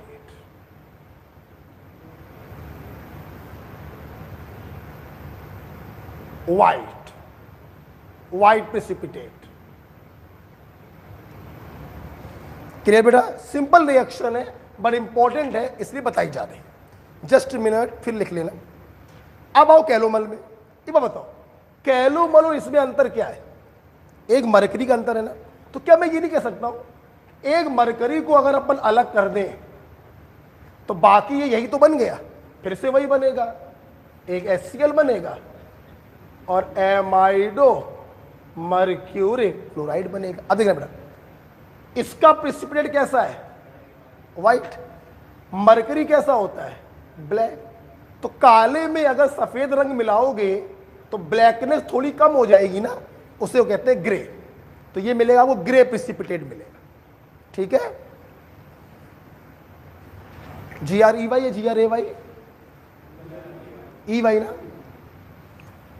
तो ब्लैक में आपने व्हाइट को जब मिक्स किया तो वो ग्रे कलर का दिखाई पड़ेगा. ओके, एक रिएक्शन मैंने आपको ये बता दी अमोनिया की कोरोसिव सब्लिमेट और कैलोमल के साथ. एक रिएक्शन में और बताऊंगा, मैंने कहा था 2 रिएक्शन बताऊंगा. पीछे पन्ना खाली पड़ा है, गुचर बुचर मत करो बेटा, पीछे पन्ना इसीलिए खाली दिया था हमने, अब वहां पे लिख सके. एक रिएक्शन है अमोनिया की विद नेस्लर्स रिएजेंट. कौन बताएगा? जहां बैठे बोलो. क्या? अरे मूर्ख, मैं नेस्लर्स रिएजेंट पूछ रहा हूं. Alkaline solution of K2HgI4 first group में पढ़ाया था. एल्कलाइन सॉल्यूशन ऑफ, ये क्यों लिख रहे हैं तो दिखाई पड़ रहा है, alkaline solution of K2HgI4 is called Nessler's reagent. और जैसा कि एक बच्चा सामने बैठा है, उसने बिल्कुल सही बताया ब्राउन प्रिसिपिटेट मिलता है iodide of million base.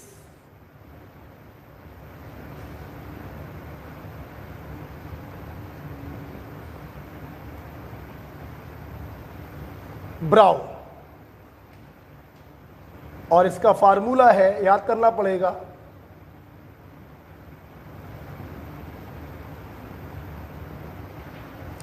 NH2HgO HgI, brown precipitate iodide of millions base with Nessler's reagent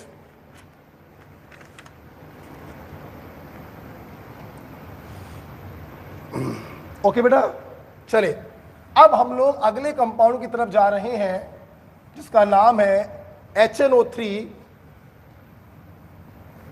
aqua Fortis भी कहते हैं HNO3 को, और अक्वा फोर्टिस का मतलब होता है स्ट्रॉन्ग वाटर। अक्वा फोर्टिस,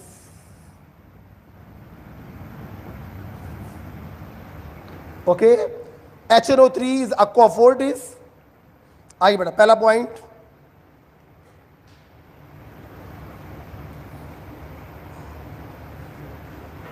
देखिए बेटा, बताया जाए। पहला पॉइंट बेटा, फर्स्ट ग्रुप के नाइट्रेट, फर्स्ट ग्रुप के नाइट्रेट में अगर हम कंसंट्रेट सल्फ्यूरिक एसिड डाल दें तो हमें प्राप्त हो जाता है HNO3, और फर्स्ट ग्रुप का सॉल्ट अलग हो जाएगा। अब कोई बच्चा ये कहे सर क्या ये याद करना है, तो बेटा आप जानो फिर। फोर्थ ग्रुप का जो वीडियो लेक्चर मैंने बनाया था उसके सेकंड पार्ट या फर्स्ट पार्ट में मैंने एक रिएक्शन आपको लिखवाई थी। जब किसी वीक एसिड के सॉल्ट में हम स्ट्रॉन्ग एसिड को डालते हैं तो वो वीक एसिड को डिस्प्लेस कर देता है। आप सोच रहे हो कि सर जी HNO3 और H2SO4 तो दोनों स्ट्रॉन्ग होते हैं, मैंने कब मना किया, स्ट्रॉन्ग है। फिर अगर इन दोनों की तुलना करोगे तो H2SO4 is relatively strong. Okay, तुम HNO3 को पानी में डालो 100% टूटेगा, इसको पानी में डालो 100% टूटेगा, एग्री, स्ट्रॉन्ग है। लेकिन इसकी तुलना में ये तनिक ज्यादा स्ट्रॉन्ग। तो स्ट्रॉन्ग एसिड जब किसी वीक एसिड के सॉल्ट में डालते हैं तो वीक एसिड को डिस्प्लेस कर देता है, और इसका रीजन मैंने बताया था कि weak acid and weak base are thermodynamically more stable than strong acid and strong base. Okay, तो बस खेल खत्म हो गया। फर्स्ट ग्रुप के नाइट्रेट में आपने सल्फ्यूरिक एसिड को डाला, आपका नाइट्रिक एसिड अलग हो गया और KHSO4 अलग। राइट बेटा, नेक्स्ट पॉइंट आइए बेटा, अगला पॉइंट देखिए क्या लिखा हुआ है, कुछ ऐसे लिखा हुआ है हमने आपको कॉपी पे, N2 + O2 बराबर NO, बर्कलैंड एंड आइड प्रोसेस। क्या आपको याद है बेटा, बर्कलैंड एंड आइड प्रोसेस लिखा हुआ है। और दूसरा बड़ा तरीका होता है अमोनिया का ऑक्सीडेशन करा दो, आपको यहां पर भी ये मिलेगा। इसे कहते हैं ओस्टवाल्ड प्रोसेस। क्या कहते हैं, यहां पर हमारा कैटलिस्ट होता है प्लैटिनम गॉज। हाई टेम्परेचर होगा लगभग 700, हाँ वही लिखा है 700 डिग्री सेल्सियस। अब देखिए मेरी बात ध्यान से सुनिए, अभी अभी आपने थोड़ी देर पहले देखा था कि ट्रिपल बॉन्ड होने के कारण इट इज हाईली स्टेबल। तो अगर तुम्हें इसे तोड़ना है या रिएक्शन कराना है तो आपको एनर्जी देनी पड़ेगी। Mean this process is endothermic. यहां पर ऐसा कोई ट्रिपल बॉन्ड आपको नहीं तोड़ना है, सो दिस प्रोसेस इज एक्सो। यही बेटा कारण होता है कि एनो का फॉर्मेशन बर्कलैंड आइड प्रोसेस से बहुत ही पुअर यील्ड आपको मिलती है, बहुत कम मात्रा में मिलता है। लेकिन एक्सोथर्मिक होने के कारण यहां से जो एनो मिलता है वो गुड यील्ड में मिलता है।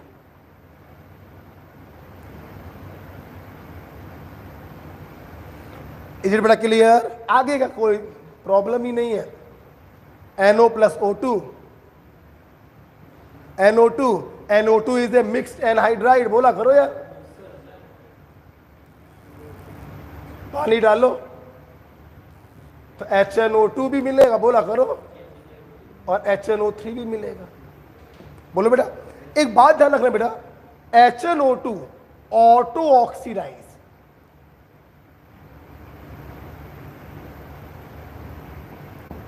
HNO2 जो होता है ये अपने आप ऑक्सीडाइज हो जाता है बेटा HNO3 में। बेटा बोलो किसमें, बेटा बोलो किसमें, HNO3। आपको मैंने सॉल्यूशन में पढ़ाया है HNO3 68.5% पे बना लेता है एजियोट्रॉपिक मिक्सचर, जिसे हम कांस्टेंट बॉइलिंग मिक्सचर भी कहते हैं। अब फर्दर फ्रैक्शनल डिस्टिलेशन कराकर आप इसको प्यूरिफाई नहीं कर सकते, अब हमें डालना पड़ेगा एक तीसरा आदमी। मैंने हमेशा बताया जब तक दो लोगों के बीच में रिश्ता होता है तब तक वो अच्छा चलता है, और जैसे ही तीसरा आदमी आता है तो दो लोगों के बीच में लड़ाई हो ही जाती है। यस, HNO3 के साथ पानी था, दोनों के इंटरमॉलिक्यूलर फोर्स ऑफ अट्रैक्शन इस कंसंट्रेशन पे बराबर हो गए। गरम करोगे तो ऐसे बॉयल होगा जैसे ये मिक्सचर ना हो, कोई प्योर सॉल्वेंट हो। इसी को कहते हैं कांस्टेंट बॉइलिंग मिक्सचर। इसलिए हमें इसका कराना पड़ेगा एजियोट्रॉपिक मिक्सचर, और तीसरा आदमी जो हम डालते हैं सल्फ्यूरिक एसिड अंदर जाएगा, HNO3 और पानी के फोर्स ऑफ अट्रैक्शन को फिर से अलग अलग कर देगा। अब तुम करा दो एजियोट्रॉपिक डिस्टिलेशन, आपको एब्सोल्यूट HNO3 प्राप्त हो जाएगा। किसी को बड़ा प्रॉब्लम ना बोलो, किसी बड़ा कोई प्रॉब्लम? एजियोट्रॉपिक डिस्टिलेशन करवाएंगे with the help of sulphuric acid.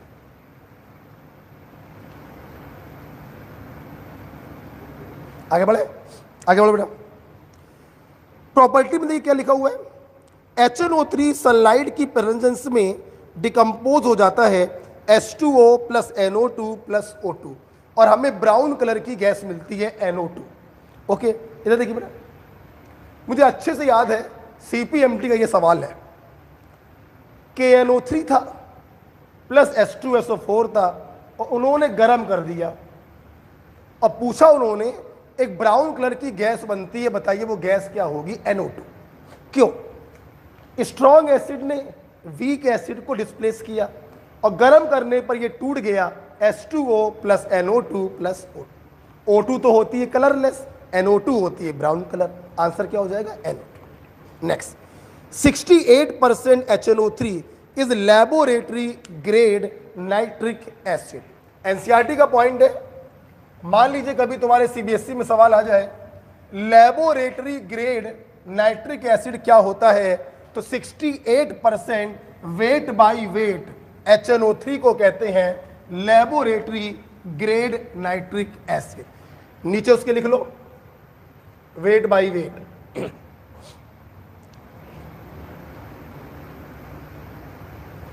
Laboratory grade nitric acid क्या होता है?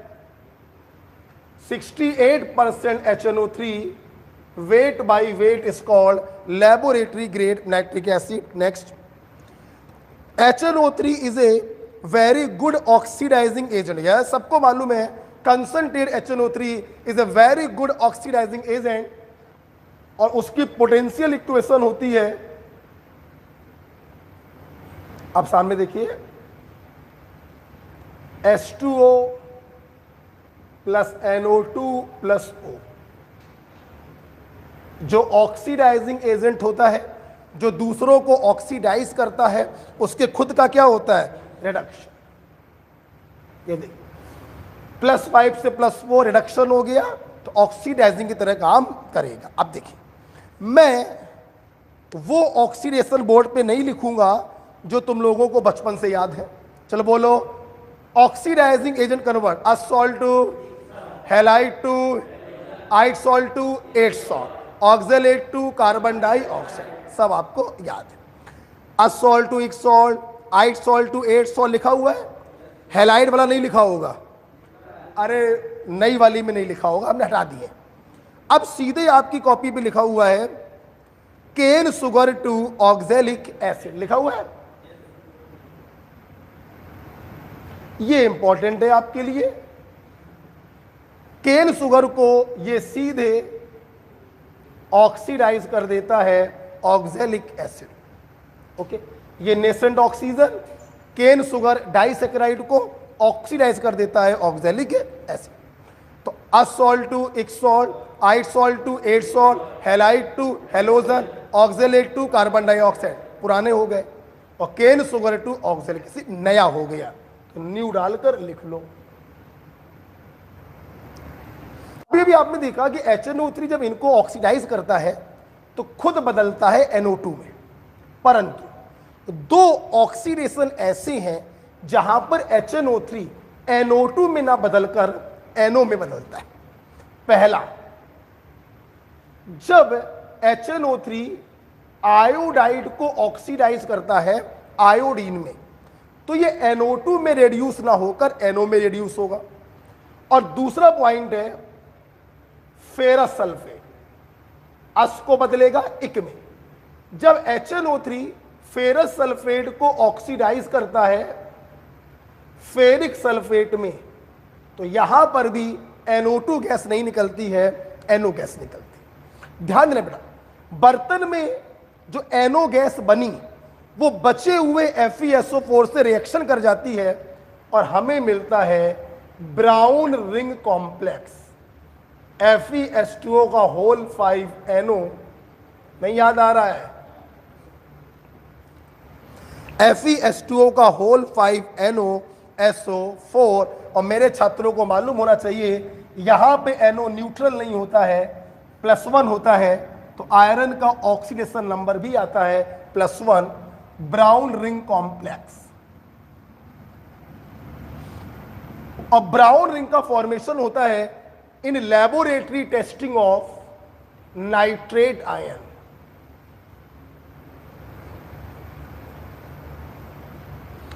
जब लैबोरेटरी में नाइट्रेट आयन की टेस्टिंग करते हैं तो टेस्ट ट्यूब में एक ब्राउन रिंग का फॉर्मेशन होता है जिसका फार्मूला है FeS2O का होल 5NO SO4। ओके, तो ध्यान रखिएगा बेटा, हर जगह पर NO2 बना है, लेकिन आयोडाइड टू आयोडीन और ferrous sulphate to ferric sulphate में NO2 नहीं बनेगा, NO बनेगा। ये NO जब लेबोरेटरी में नाइट्रेट आयन की टेस्टिंग करते हैं तो FeSO4 से कंबाइन करके ब्राउन रिंग कॉम्प्लेक्स बनाता है FeS2O का whole 5NO SO4। Okay, next, बात खत्म नहीं हुई है। ये देखिए बेटा, इसी पोटेंशियल इक्वेशन में अगला ऑक्सीडेशन, जिन बच्चों ने 4th ग्रुप हमसे पढ़ा होगा उन्होंने एक पॉइंट भी देखा होगा। देखिए, चलो 5th ग्रुप के एलिमेंट बोलो। Nitrogen, phosphorus, arsenic, antimony, 5th group के बोलो। अब देखिए ट्रिक कैसे याद करवाया। नाइट्रोजन को घुमा दो, सल्फर बोलो, बिस्मथ को तोड़ दो, बोरॉन और आयोडीन, और कार्बन तो सर्वव्यापी है, हर जगह होगा ही होगा। ये वो एलिमेंट आ गए हैं बेटा जिनमें कंसंट्रेट HNO3 डालने पर ये सारे एलिमेंट इससे रिएक्शन करने पर अपने इक एसिड में बदल जाते हैं। बेटा बोलो किसमें? बेटा बोलो किसमें? इक एसिड में। चलो बोलो, कार्बन का इक एसिड कार्बोनिक एसिड, सल्फर का बोलो सल्फ्यूरिक एसिड। इन तीनों के एक जैसे होंगे भाई, तीनों के तीनों एक ही ग्रुप के हैं ना। Phosphoric acid H3PO4, arsenic acid H3ASO4 और एंटीमनिक एसिड H3SbO4। बोरॉन का वेरी पॉपुलर बोरिक एसिड, और आयोडीन का भी बहुत popular iodic acid. 4th group के लेक्चर में ये मैंने पढ़ाया था। ये वो एलिमेंट आ गए हैं जिनको कंसंट्रेट HNO3 एक एसिड में बदलता है और खुद रेड्यूस हो जाएगा NO2। ओके, कैसे याद करवाया मैंने आपको ये एलिमेंट? 5th ग्रुप की सीरीज लिख दो। नाइट्रोजन को घुमा दिया सल्फर, बिस्मथ को तोड़ दिया बोरॉन आयोडीन, और कार्बन तो सर्वव्यापी है, ठीक है, एक एसिड में बदल जाए। जल्दी से मेरे बच्चे जहां बैठे हैं वहां पर बोलेंगे, अभी तक मैंने जितने भी ऑक्सीडेशन पढ़े, HNO3 किस में रेड्यूस होता है? NO2। दो स्थानों पर NO बनेगा, आयोडाइड टू आयोडीन और ferrous sulphate to ferric sulphate. कोई प्रॉब्लम किसी को नहीं। अब सुनिए जरा, अब हम लोग HNO3 की हेल्प से ऑक्सीडाइज करेंगे मेटल्स को। किसको? अभी तक आपने नॉन मेटल्स को ऑक्सीडाइज किया, अब हम मेटल को ऑक्सीडाइज करेंगे with the help of concentrate HNO3। तो नजरें सामने, लास्ट पॉइंट है, एक पॉइंट और होगा शायद, तो HNO3 खत्म हो जाएगा, ठीक है। देखिए बेटा,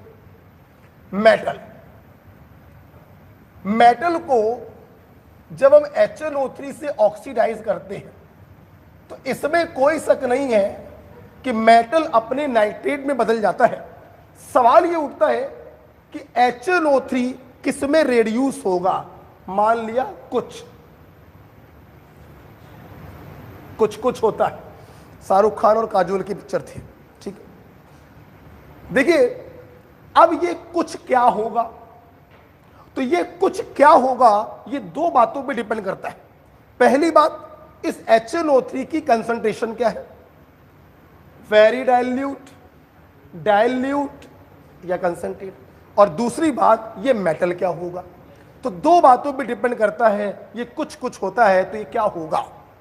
ये कुछ क्या हो सकता है? तो ये कुछ बहुत कुछ हो सकता है।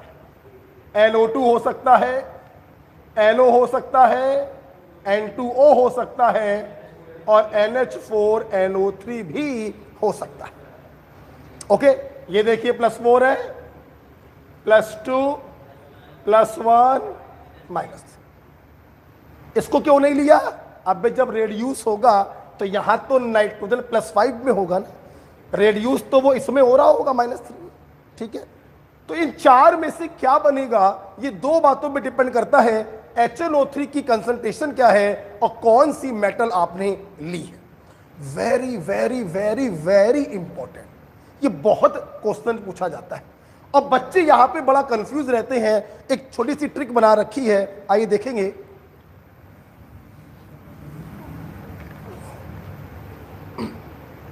ये देखिए बेटा, कौन सी मेटल ने वेरी डाइल्यूट के साथ क्या बनेगा, डाइल्यूट के साथ क्या बनेगा, और कंसंट्रेट के साथ क्या बनेगा। मेटल हर केस में किस में बदलेगा? नाइट्रेट में। क्वेश्चन सिर्फ यही होता है कि कुछ क्या है, ठीक है। देखिए ट्रिक बेटा क्या है, ट्रिक है जान फिर सीने पर कुल्हाड़ी आज मारेगी। बहुत कॉमन हो गया ये ट्रेंड आजकल। तो जान फिर सीने पर कुल्हाड़ी आज मारेगी, जान फिर सीने पर कुल्हाड़ी आज मारेगी। मरकरी, बात क्लियर बेटा? जान फिर सीने पर कुल्हाड़ी आज मारेगी, मरकरी। ओके, देखिए बेटा, जब खेल होता है कंसंट्रेट का तो कुछ होता है NO2, NO2, NO2, NO2, NO2, NO2, देख लेना 1 2 3 4 5 6 7। Is it clear? जब कंसंट्रेट का मामला होगा तो वो कुछ होता है NO2, कोई प्रॉब्लम किसी को नहीं। ओके, जब डाइल्यूट का केस होता है तो ध्यान रखिए, सिर्फ दो ही मेटलें वेरी डाइल्यूट HNO3 से रिएक्शन करती हैं और अमोनियम नाइट्रेट को बनाती हैं। आप हमारी इस टेक्निक को भूल के दिखाइएगा तो हम जान जाए। लोग कहते हैं याद करके दिखाओ, भूल के दिखाओ। तो जान फिर सीने पर कुल्हाड़ी आज मारेगी, कंसंट्रेट में हमेशा NO2, वेरी डाइल्यूट में ऊपर की दो करती हैं और बनाती हैं अमोनियम नाइट्रेट। कोई प्रॉब्लम नहीं। प्रॉब्लम होगी तुम्हें डाइल्यूट। ये ऐसा केस है जहां पे NO2 भी बनता है, N2O भी बनता है, सब बनते हैं। सुन ले बेटा, अब मेरे पास वहां पे जगह नहीं है, जो मैं बताने जा रहा हूं आपको वहीं पे लिखना है, इसके बगल में। सुना बेटा, जान फिर सीने पर कुल्हाड़ी आज मारेगी बेड नंबर 12 पे। तो कहीं पर भी लेटिएगा, 12 नंबर बेड पे नहीं लेटेंगे, कुल्हाड़ी उसी के तकिया के नीचे रखी हुई है, ठीक है, बीच में कुल्हाड़ी निकाल के मारी जा सकती है, ठीक है। तो जान फिर सीने पर कुल्हाड़ी आज मारेगी बेड नंबर 12 पे। ध्यान से मेरी बात सुनो, देखो ABCDEF, ये मैं अपनी ट्रिकों में काफी यूज करता हूं, जगह जगह पर यूज किया हुआ है हमने। नॉन मेटल में AB³ D यूज किया। A का मतलब 1, B मतलब 2, C मतलब 3, D मतलब 4, सबको मालूम। अब देखिए, B का मतलब है 2, D का मतलब है 4। देखिए, ऊपर की दो मेटल जब डाइल्यूट HNO3 से रिएक्शन करेंगी तो नाइट्रोजन का वो ऑक्साइड बनेगा जिसमें नाइट्रोजन +1 स्टेट में हो। +1 ऊपर की दो, B का मतलब 2, ऊपर की दो डाइल्यूट HNO3 के साथ +1 स्टेट का ऑक्साइड बनाएंगे, नीचे की 4 डाइल्यूट HNO3 के साथ +2 स्टेट का ऑक्साइड बनाएंगे। हमारे पास है 7 मेटल, 2 हो गई, 4 हो गई, बची थर्ड नंबर की। थर्ड नंबर वाला वही बनाएगा जिसमें ऑक्सीडेशन स्टेट थर्ड हो, दैट इज -3। आ जाओ, लिखने नहीं देंगे, रुक जाओ, गाना गाओ। गाना क्या है? जान फिर सीने पर कुल्हाड़ी आज मारेगी बेड नंबर 12। वेरी डाइल्यूट में ऊपर की 2 करती है NH4 NO3, हटाओ। कंसंट्रेट में कोई प्रॉब्लम नहीं, NO2 हटाओ। अब आया डाइल्यूट में बेड नंबर 12, ऊपर की 2 +1 वाला, नीचे की 4 +2 वाला, और तीसरे नंबर वाली बनाएगी -3 वाला। देखिए, ऊपर की 2 +1 वाला, थर्ड नंबर पे थर्ड वाला, और नीचे की 4 +2 वाला। कोई डाउट बेटा? बोलो बेटा, कोई डाउट है? आप भूल के दिखाओ। ये बहुत इंपॉर्टेंट है, बहुत पूछा जाता है। ये भी इंपॉर्टेंट है, ये थोड़े लेस पॉपुलर है। क्यों लेस पॉपुलर है? तो सबको मालूम है NO2 ही निकलना होता है। ओके होगी बात बेटा? बात खत्म नहीं हुई है अभी, एक छोटी सी बात और बाकी रह गई है, और बाकी ये खेल खत्म हो गया। लिखने से पहले एक बार सब लोग बोल दें, मेटल के साथ HNO3 जब रिएक्शन करता है तो मेटल तो हमेशा बनेगा नाइट्रेट में, कोई भी ले लो, zinc nitrate, iron nitrate, tin nitrate, lead nitrate and so on. HNO3 किस में बदलेगा ये डिपेंड करता है कौन सी मेटल है और HNO3 की कंसंट्रेशन क्या है। सामने देखो, बोलो, कंसंट्रेटेड HNO3 NO2 क्या बना? NO2। कोई प्रॉब्लम नहीं। वेरी डाइल्यूट में ऊपर की 2 रिएक्शन करती हैं, बाकी कोई रिएक्शन करता ही नहीं है, क्या बनेगा? NH4 NO3, कोई प्रॉब्लम नहीं। अब आते हैं डाइल्यूट में, तो जान फिर सीने पर कुल्हाड़ी आज मारेगी बेड नंबर 12 पे। ऊपर के 2 +1 वाले, नीचे के 4 +2 वाले, और तीसरे नंबर में तीसरे नंबर वाला -3 वाला। कोई डाउट? आप लोग सोच रहे हैं वो लास्ट पॉइंट क्या रह गया, तो वो भी देखिए। लास्ट पॉइंट रह गया है टिन में। देखो बेटे क्या, ये देखिए टिन, ध्यान दो, आप लोग पूरी रिएक्शन बताएंगे, पूरी रिएक्शन बताना। Tin plus very dilute HNO3, no reaction खत्म।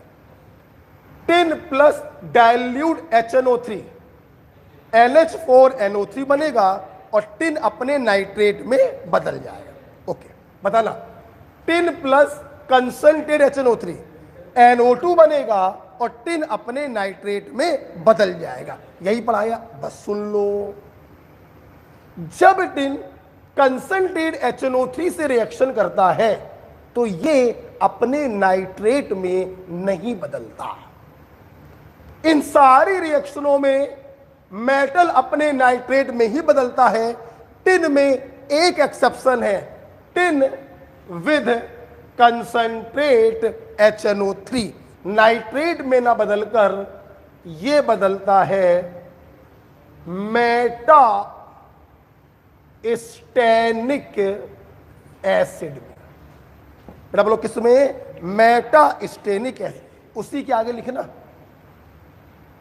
यहां पे उसी के आगे। This is all about the metal nitrate.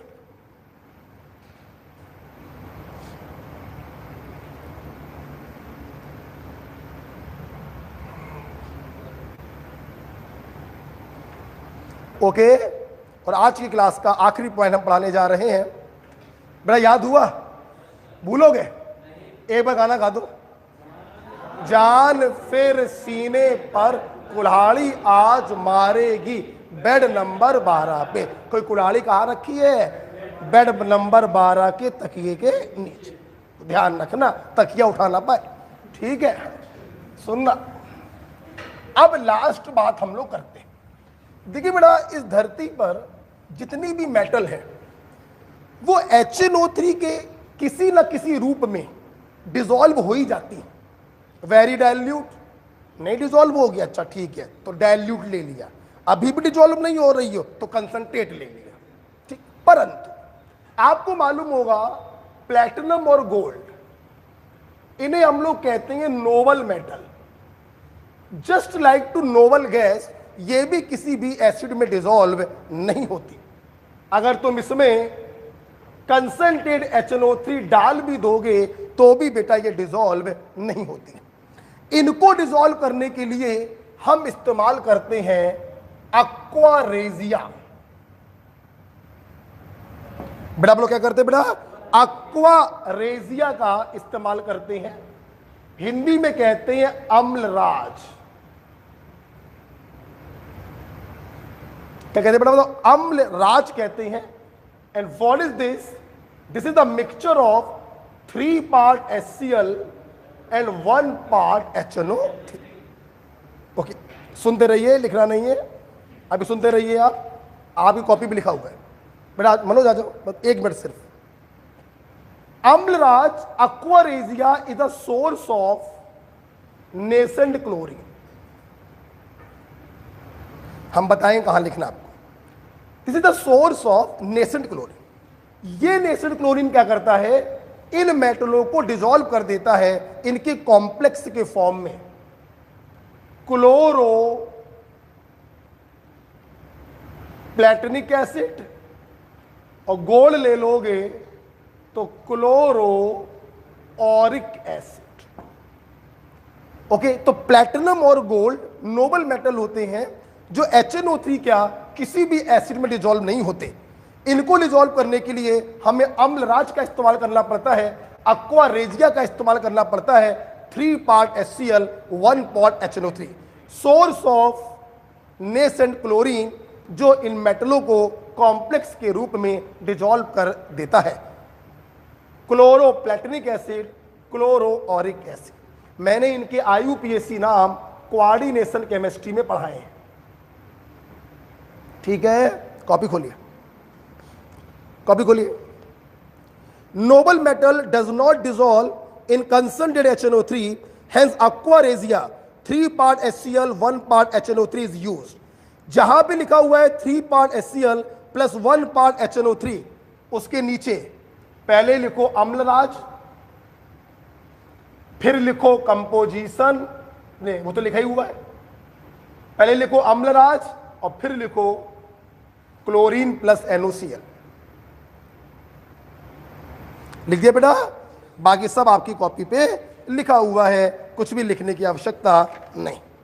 बड़ी अच्छी बात है, मैं इतना ही सोच के आया था पढ़ाने के लिए और इतना हो गया, ठीक है? कल हम लोग पढ़ेंगे आयनिक इक्विलिब्रिया का very important concept, buffer solution and indicator, ठीक है?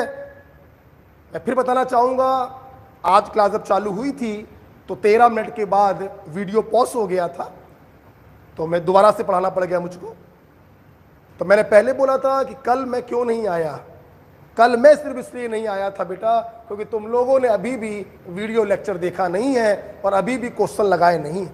मैंने 45 क्वेश्चनों का हैंड रिटन सॉल्यूशन बनाया था और अपने स्टेटस पे लगा दिया था। अब मैं कल नहीं रुकूंगा, कल मैं क्लास लेने आऊंगा बफर सॉल्यूशन की। आप लोग आयनिक इक्विलिब्रियम के 5 लेक्चर अच्छे से तैयार कर लें, उनके क्वेश्चन लगा लें, फिर कल की क्लास को अटेंड करें। 2 क्लासें और लूंगा, आयनिक खत्म हो जाएगा, कल की और एक और, फिर एक क्लास में सॉलिड स्टेट, एक क्लास में इलेक्ट्रो, एक क्लास में थर्मल, क्योंकि तब मैं पढ़ाऊंगा क्वेश्चन से थ्योरी पढ़ाऊंगा। ठीक है ना? सो ओके भाई, थैंक यू। हाँ, कल की क्लास 5:30 पे, 5:30। ओके भाई, थैंक यू।